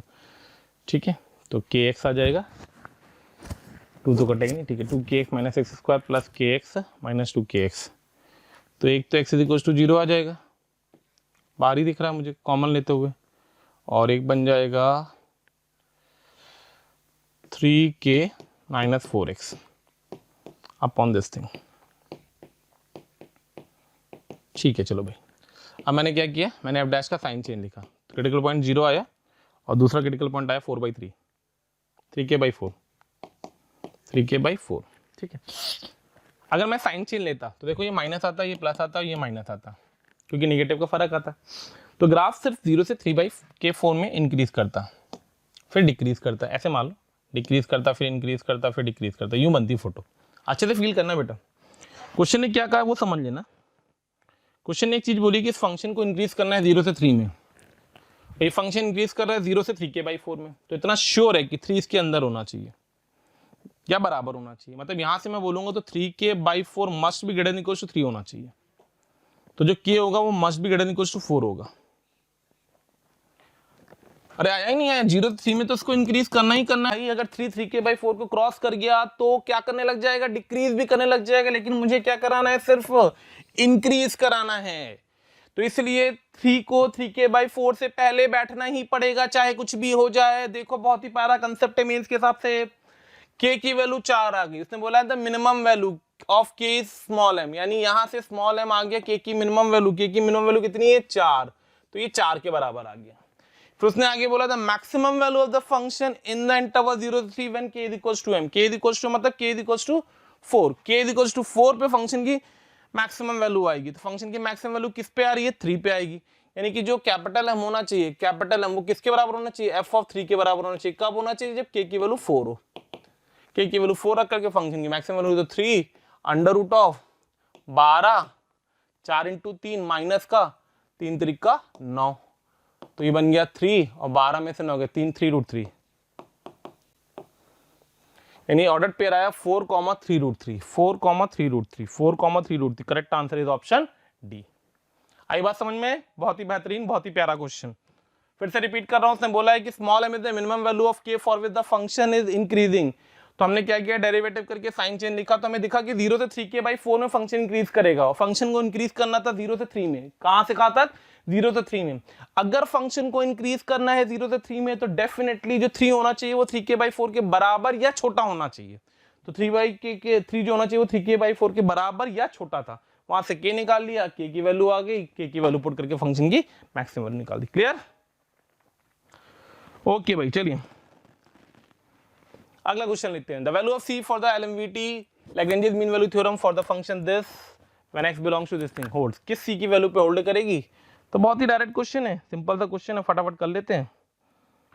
बाकी मैनिपुलेशन करने में तो आप मास्टर ही हैं। तो ये फंक्शन का एलएमवीटी 0 से 1 में लगाना था, तो मैंने एलएमवीटी लगा दिया। एलएमवीटी कंटिन्यूअस एंड डेरिवेबल है, ये कोई टेंशन नहीं, कंटिन्यूअस एंड डेरिवेबल है। अपने को तो थर्ड कंडीशन लगानी, थर्ड कंडीशन क्या है, f(1) minus f(0) upon 1 minus 0, correct है। That will be equals to f dash of c, c निकालना है अपने को। तो f(1) का मतलब हो गया 1 minus 4 plus 8 plus 11 minus f(0) मतलब 11 divide by 1 is equal to 3c square minus का 8c प्लस का 8। तो 11 से 11 कट गया, 8 और 1 9 में से 4 गया 5, तो 3c square minus 8c plus 3 equal to 0। यहाँ से सॉल्व कर लेना, जो सी की वैल्यू आई वो करेक्ट आंसर आएगी। आंसर मैं आपको बता देता हूँ, आंसर आएगा इसका 2। ठीक है, काफी सिंपल क्वेश्चन था जेईई मेंस के हिसाब से, very simple question, you have to easily proceed. यहाँ से सी की 2 वैल्यू आएंगी, इसमें से एक ही वैल्यू एक्सेप्ट कर रहा है वो, क्योंकि जो वैल्यू चाहिए वो हमें किस इंटरवल के बीच में मिलनी चाहिए, 0 से 1 के बीच में मिलनी चाहिए। ठीक है, directly formula based question. Next question लेंगे, the function this is increasing for all x lying in the interval. अब मैं जेईई मेंस के क्वेश्चन आपको दिखा रहा हूँ किस किस तरीके से क्वेश्चन पूछते हैं, यानी इंक्रीजिंग की बात कर रहा है तो डेरिवेटिव कर दो फटाफट। तो जैसे इसका डेरिवेटिव करोगे what will get it over there, 3 times of x की पावर 2/3 प्लस का 2/3 into x 3x minus 7 into x की पावर माइनस का 1/3। ठीक है, तो बेसिकली 3x की पावर 1/3 को एलसीएम लिया है तो ऊपर आ जाएगा 9 इंटू एक्स प्लस का 6x माइनस का 14, 15x आ गया 15x माइनस का 14 अपॉन 3 टाइम्स ऑफ x की पावर 1/3। ये डेरिवेटिव आ गया। उसने बोला इंक्रीज करना चाहिए for all x lying in the interval, कहाँ से कहाँ तक, तो क्रिटिकल पॉइंट आ जाएगा इसका 14/15। ठीक है, तो 14/15 के आगे प्लस होगा और इसके पीछे माइनस होगा, इंक्रीजिंग चाहिए तो 14/15 से लेकर के इन्फिनिटी तक इंक्रीज करेगा, 14/15 से लेकर के इन्फिनिटी तक ये इंक्रीज करेगा। अच्छा, क्रिटिकल पॉइंट एक 0 भी आएगा, करेक्ट है, x की पावर 1/3 तो क्रिटिकल पॉइंट 0 भी आएगा, 0 के पीछे प्लस आएगा, यहाँ भी इंक्रीज करेगा, यानी करेक्ट आंसर इसका डी, डी नहीं सी आना चाहिए। ठीक है, तो करेक्ट आंसर आएगा इसका सी। करेक्ट आंसर क्या आएगा इस क्वेश्चन का, सी। नेक्स्ट क्वेश्चन ले रहे अपन, for the function f x is equal to tan inverse sin x plus cos x is increasing function in the interval. वही सिंपल सा क्वेश्चन, फिर से इंक्रीजिंग की बात कर रहा है जेईई मेंस, tan इनवर्स में बैठा हुआ है, sin x plus cos x बैठा हुआ है, तो आप डैश करोगे तो 1/1 प्लस एक्स स्क्वायर आएगा, sin x plus cos x का होल स्क्वायर आएगा, सीधे सीधे डेरिवेटिव लगा रहा हूँ, ऊपर डेरिवेटिव करेंगे तो sin x plus cos x का derivative cos x minus sin x आएगा। ठीक है, साइन चेंज लिखेंगे, एफ डैश का क्रिटिकल पॉइंट आएगा, तो बस हमें ये चेक करना है इंक्रीजिंग कहाँ से कहाँ तक हो, तो क्रिटिकल पॉइंट की भी जरूरत नहीं है, ऐसे देख लो कि cos माइनस साइन कब पॉजिटिव होगा, cos माइनस साइन किस इंटरवल में पॉजिटिव होगा चेक कर लो, π/4 से π/2। तो भाई देखो इसका फंडा पता है तो अच्छी बात है, वरना मैं थोड़ा सा शॉर्ट में बता देता हूँ। यहाँ पे cos साइन से बड़ा, cos साइन से बड़ा, cos साइन से बड़ा, साइन cos से बड़ा, साइन cos से बड़ा और साइन cos से बड़ा, ये क्वाड्रेंट को मैंने डिवाइड किया, ये लाइन है π/4 की और ये लाइन है पाई प्लस π/4, 5π/4 की, इसको हम माइनस का 3π/4 भी बोलते हैं। ठीक है, माइनस का पाई प्लस का π/4। तो देखो π/4 से π/2, π/4 से π/2 मतलब ये क्वाड्रेंट साइन cos से बड़ा है, मुझे cos माइनस साइन से बड़ा चाहिए, क्योंकि हमको f डैश पॉजिटिव चाहिए, f डैश पॉजिटिव चाहिए for f increasing, for f increasing, तो बेटा cos x को sin x से बड़ा होना चाहिए। अब cos से sin x से कहाँ कहाँ बड़ा है वो क्वाड्रेंट मैंने आपको बना के दे रखे हैं, तो ये ऑप्शन रिजेक्ट हो गया, माइनस π/2 से π/4, माइनस π/2 से π/4 करेक्ट है, cos साइन से बड़ा होगा, 0 से π/2 नहीं होगा, सारा केस नहीं कवर करेगा, माइनस π/2 से π/2 नहीं होगा, सारा केस कवर नहीं करेगा, तो करेक्ट आंसर बी ऑप्शन है। देखिए कितना सिंपल क्वेश्चन, चुटकी बजाओ मेथड, चुटकी बजाओ उत्तर पाओ मेथड, सीधे सीधे डेरिवेटिव किया, इंटरप्रेटेड किया, cos साइन से बड़ा आ गया, cos साइन से बड़ा चेक करना था, चारों ऑप्शन रीड कर लिए। क्वाड्रेंट को कैसे डिवाइड किया जाता है, greater than less than cos sine से बड़ा, साइन cos से बड़ा वाले कंसेप्ट को समझाने के लिए, तो क्वाड्रेंट को कैसे डिवाइड किया था वो अपन ने इंटरप्रेट कर लिया। आगे बढ़े, नेक्स्ट क्वेश्चन देखते हैं। Let f R to R be a positive increasing function. देखो फंक्शन इंक्रीजिंग एंड पॉजिटिव भी है, फंक्शन इंक्रीजिंग एंड पॉजिटिव भी है। ठीक है, तो मतलब एफ इंक्रीज कर रहा है एंड एफ ग्रेटर देन 0 भी है, देन वो लिमिट 1 दे रखी, ये लिमिट पूछी गई। तो देखो ध्यान से समझना, अपन ने क्या किया, अपन ने 3x लिखा, अपन ने 2x लिखा और अपन ने x लिखा, x पॉजिटिव था, x पॉजिटिव था, इन्फिनेटिव पॉजिटिव जा रहा मतलब पॉजिटिव था, तो x पॉजिटिव इन्फिनेटिव की तरफ टेंड कर रहा है, ध्यान रखना। तो ये इससे बड़ा होगा, ये इससे बड़ा होगा, कॉमन सी बात है। f अगर इंक्रीजिंग था तो अगर मैंने f ऑपरेट किया तो मेरी सेहत पे कोई फर्क नहीं पड़ेगा, f3x बड़ा होगा f2x से, बड़ा होगा fx से, f3x बड़ा होगा f2x से, बड़ा होगा fx से। क्यों? क्योंकि f इंक्रीजिंग था। क्यों? क्योंकि f इंक्रीजिंग चल रहा था। ठीक, अब इस पूरे को मैंने f ऑफ x से डिवाइड कर दिया, पूरी इक्वेशन को fx से डिवाइड कर दो, पूरी इक्वेशन को fx से डिवाइड कर दो। क्यों डिवाइड कर सकता हूं? क्योंकि fx कैसा है, पॉजिटिव है, fx कैसा है, पॉजिटिव है, तो फिर इनइक्वालिटी में कोई फर्क नहीं पड़ेगा, f of 3x by fx greater than f of 2x by fx greater than f of x by fx। ठीक है, इस पर लिमिट लगा दो, x अप्रोचेस टू इनफाइनाइट, इस पर लिमिट लगा दो, x अप्रोचेस टू इनफाइनाइट, इस पे लिमिट लगा दो x अप्रोचेस टू इनफाइनाइट। ये तो वो है जो चाहिए था, इसकी वैल्यू 1 आ गई, इसकी वैल्यू ऑलरेडी 1 गिवन है। ठीक, यानी कि जो लिमिट होगा 1 से बड़ा 1 से छोटा नहीं, अल्टीमेटली लिमिट का आंसर क्या आएगा 1 आएगा, करेक्ट आंसर ए। ठीक है, ये भी शायद जेईई मेंस का एक क्वेश्चन है, आया वो क्वेश्चन। आगे बढ़ते हैं next question. If f and g are differentiable function 0 to 1 satisfying the condition f0 2 g0 g1 भी 2 है, ठीक है, f0 0 g0 0 है और f1 6 है, then for some c belongs to open bracket. ये पता है सिंबल किसका है, ओपन ब्रैकेट का है, 0 से 1 को छोड़ के बाकी सारा, तो बेसिकली ये लिखा हुआ है c belongs to 0 to 1 open, f dash g dash c बड़ा, f डैश c 4 ऑप्शन। ठीक है, ऐसे क्वेश्चन एडवांस से भी आते हैं, ऐसे क्वेश्चन बेटा मेन से भी आते हैं, इस क्वेश्चन को ध्यान से समझना। ठीक है, क्या कहना चाह रहा है वो आपसे, बेसिकली कई बच्चों का एक थोड़ा सा कंफ्यूजन होता है कि वो एक जगह पे एलएमवीटी लगा देते हैं, एक जगह पे एलएमवीटी लगाते हैं, दोनों को डिवाइड करते हैं, बाय डिफॉल्ट आंसर भी कई बार मैच कर जाता है, जो कि गलत प्रोसेस होता है। ठीक, तो इसमें क्या करा जाता है, इसमें जो ऑप्शन दे रखे हैं ना, उसमें से आपको ऑप्शन तो उठाने होते हैं। जैसे मानो मैंने ए ऑप्शन उठाया, ऑप्शन ही चेक करने और कोई चॉइस नहीं, एक नया फंक्शन लेंगे एच, ठीक है, वो क्या होगा, ये जो डेरिवेटिव लिखा है इसका इंटीग्रल, मतलब वो हो गया बेसिकली 2f(x) माइनस gx। हमने एक फंक्शन लिया h(x) = 2f(x) माइनस gx, इसमें लगा रहे हैं क्या, रोल्स, इसमें क्या लगा रहे हैं, रोल्स। तो यहाँ से h डैश c 0 प्रूफ करेंगे तो ये प्रूफ हो जाएगा, तो रोल्स लगाओ फटाफट। तो रोल्स की पहली कंडीशन होल्ड करेगी, दूसरी कंडीशन होल्ड करेगी, तीसरी चेक करने जा रहा हूँ मैं, तीसरी चेक करने जा रहा हूँ किस इंटरवल में, 0 से 1 में, 0 से 1 में। तो h(0) और h(1) चेक किया, h(0) कितना आएगा फटाफट देखो, 2f(0) minus g(0), 2f(0) 2 to the 4 minus g(0), 4 आ गया। ठीक है, h(1) पे आओ, तो 2f(1) 6 12 और माइनस 2 10 आ गया, तो इसमें रोल्स होल्ड नहीं करेगी, मतलब ये आंसर नहीं होगा।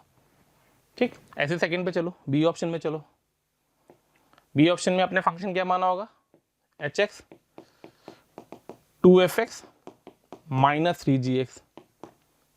ठीक है, 2f(x) माइनस 3gx, तो बस ठीक, बाकी कंडीशन तो होल्ड करिए, मैं h(0) और h(1) दो इसमें भी कैलकुलेट करूंगा, सारे ऑप्शन में चेक करूंगा, जिसमें होल्ड कर जाएगा वो ट्रू होगा। h(0) निकालो, 2f(0), तो 2 into f(0) that is 2 minus 3 into g(0) that is 0, ultimately फिर से 4 आ गया। 2 into f(1) that is 6 minus 3 into g(1) that is 2, 3 दूनी 6 और 6 दूनी 12, 6 आ गया, मतलब अगेन नॉट होल्ड, यानी बी आंसर भी रिजेक्ट हो गया। ठीक है, सी पे आ जाओ, सी ऑप्शन में h(x) फंक्शन क्या लिया गया, f(x) minus gx, f(x) minus gx। तो फिर से मैंने h(0) और h(1) चेक किए, h(0) कितना आया, 2 माइनस 0 दैट इज 2, h(1) कितना आया, g(1) minus f(1) minus g(1) that is 2 which is come out to be 4, यानी ये भी होल्ड नहीं करा। अब ये भी होल्ड नहीं करा, मतलब ABC नहीं है, तो D तो आंसर होना ही चाहिए था, पर चेक कर लो, तो चलो D को भी चेक कर लेते हैं। ठीक है, तेजी से, तो आपको पता है जी में मैंने फंक्शन क्या माना होगा, h(x) equals to f(x) minus का 2gx, g(1) में क्या माना होगा, f(x) माइनस का 2gx। यहाँ से बेटा h(0) और h(1) चेक करो, h(0) f(0) minus 2f(0), f(0) मतलब 2, g(0) माइनस 0 मतलब 2 आ गया, 6 इंटू माइनस का 2 इंटू 2 दैट इज 2 आ गया, यानी इस पे रोल्स होल्ड कर गई, रोल्स होल्ड कर गई, मतलब h डैश c 0 होगा, h डैश c 0 होगा तो करेक्ट आंसर डी होगा। ठीक है, तो एक ध्यान रखना, ऐसे क्वेश्चन में तुम्हारी किस्मत थी, कई बच्चे उल्टा अगर चेक करते, तो इसमें तो चेक करने का तरीका होता है, कई बार बच्चे सीधे चेक करते, कई बार उल्टे चेक करते, जैसे मैंने सीधे से आपके सामने चेक करा तो मेरा डी ऑप्शन है। कोई बच्चा स्मार्ट तरीके से डी से चेक करता उल्टा, तो उसका पहला वाला सेट हो जाता, वो आगे चेक ही नहीं करता, उसका टाइम बच जाता। तो बेटा ये आपको चेक ऑप्शन है कि आप किस तरीके से चेक करेंगे। मेरे आपसे सजेशन है कि रिवर्स ऑर्डर में चेक करना जब भी ऑप्शन चेक करने वाला क्वेश्चन आता है। तो ठीक है, आगे बढ़ते हैं नेक्स्ट।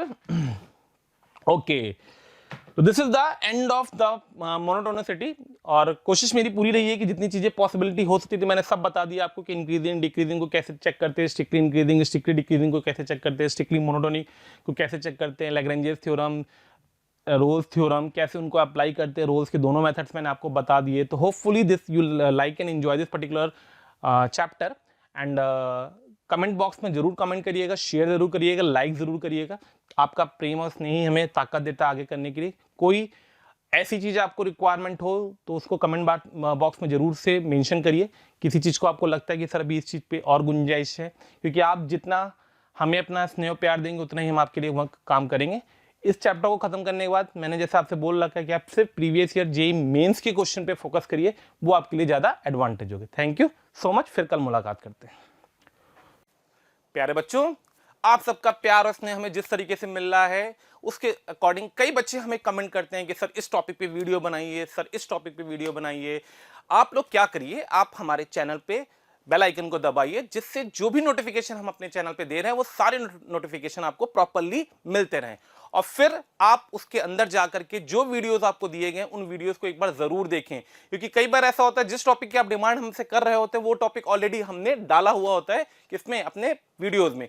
तो आप जाकर के उस वीडियो को पूरी तरीके से देख सकते हैं। आपका जो भी हमें प्रेम और स्नेह मिल रहा है उससे मोशन की टीम बहुत ज्यादा काम करने के लिए उत्सुक हो चुकी है, और हम आपको इसी तरीके से आप हमारे साथ लगे रहिए, अपना प्रेम और स्नेह हमें देते रहिए और हम आपके लिए मेहनत करते रहेंगे। Thank you so much.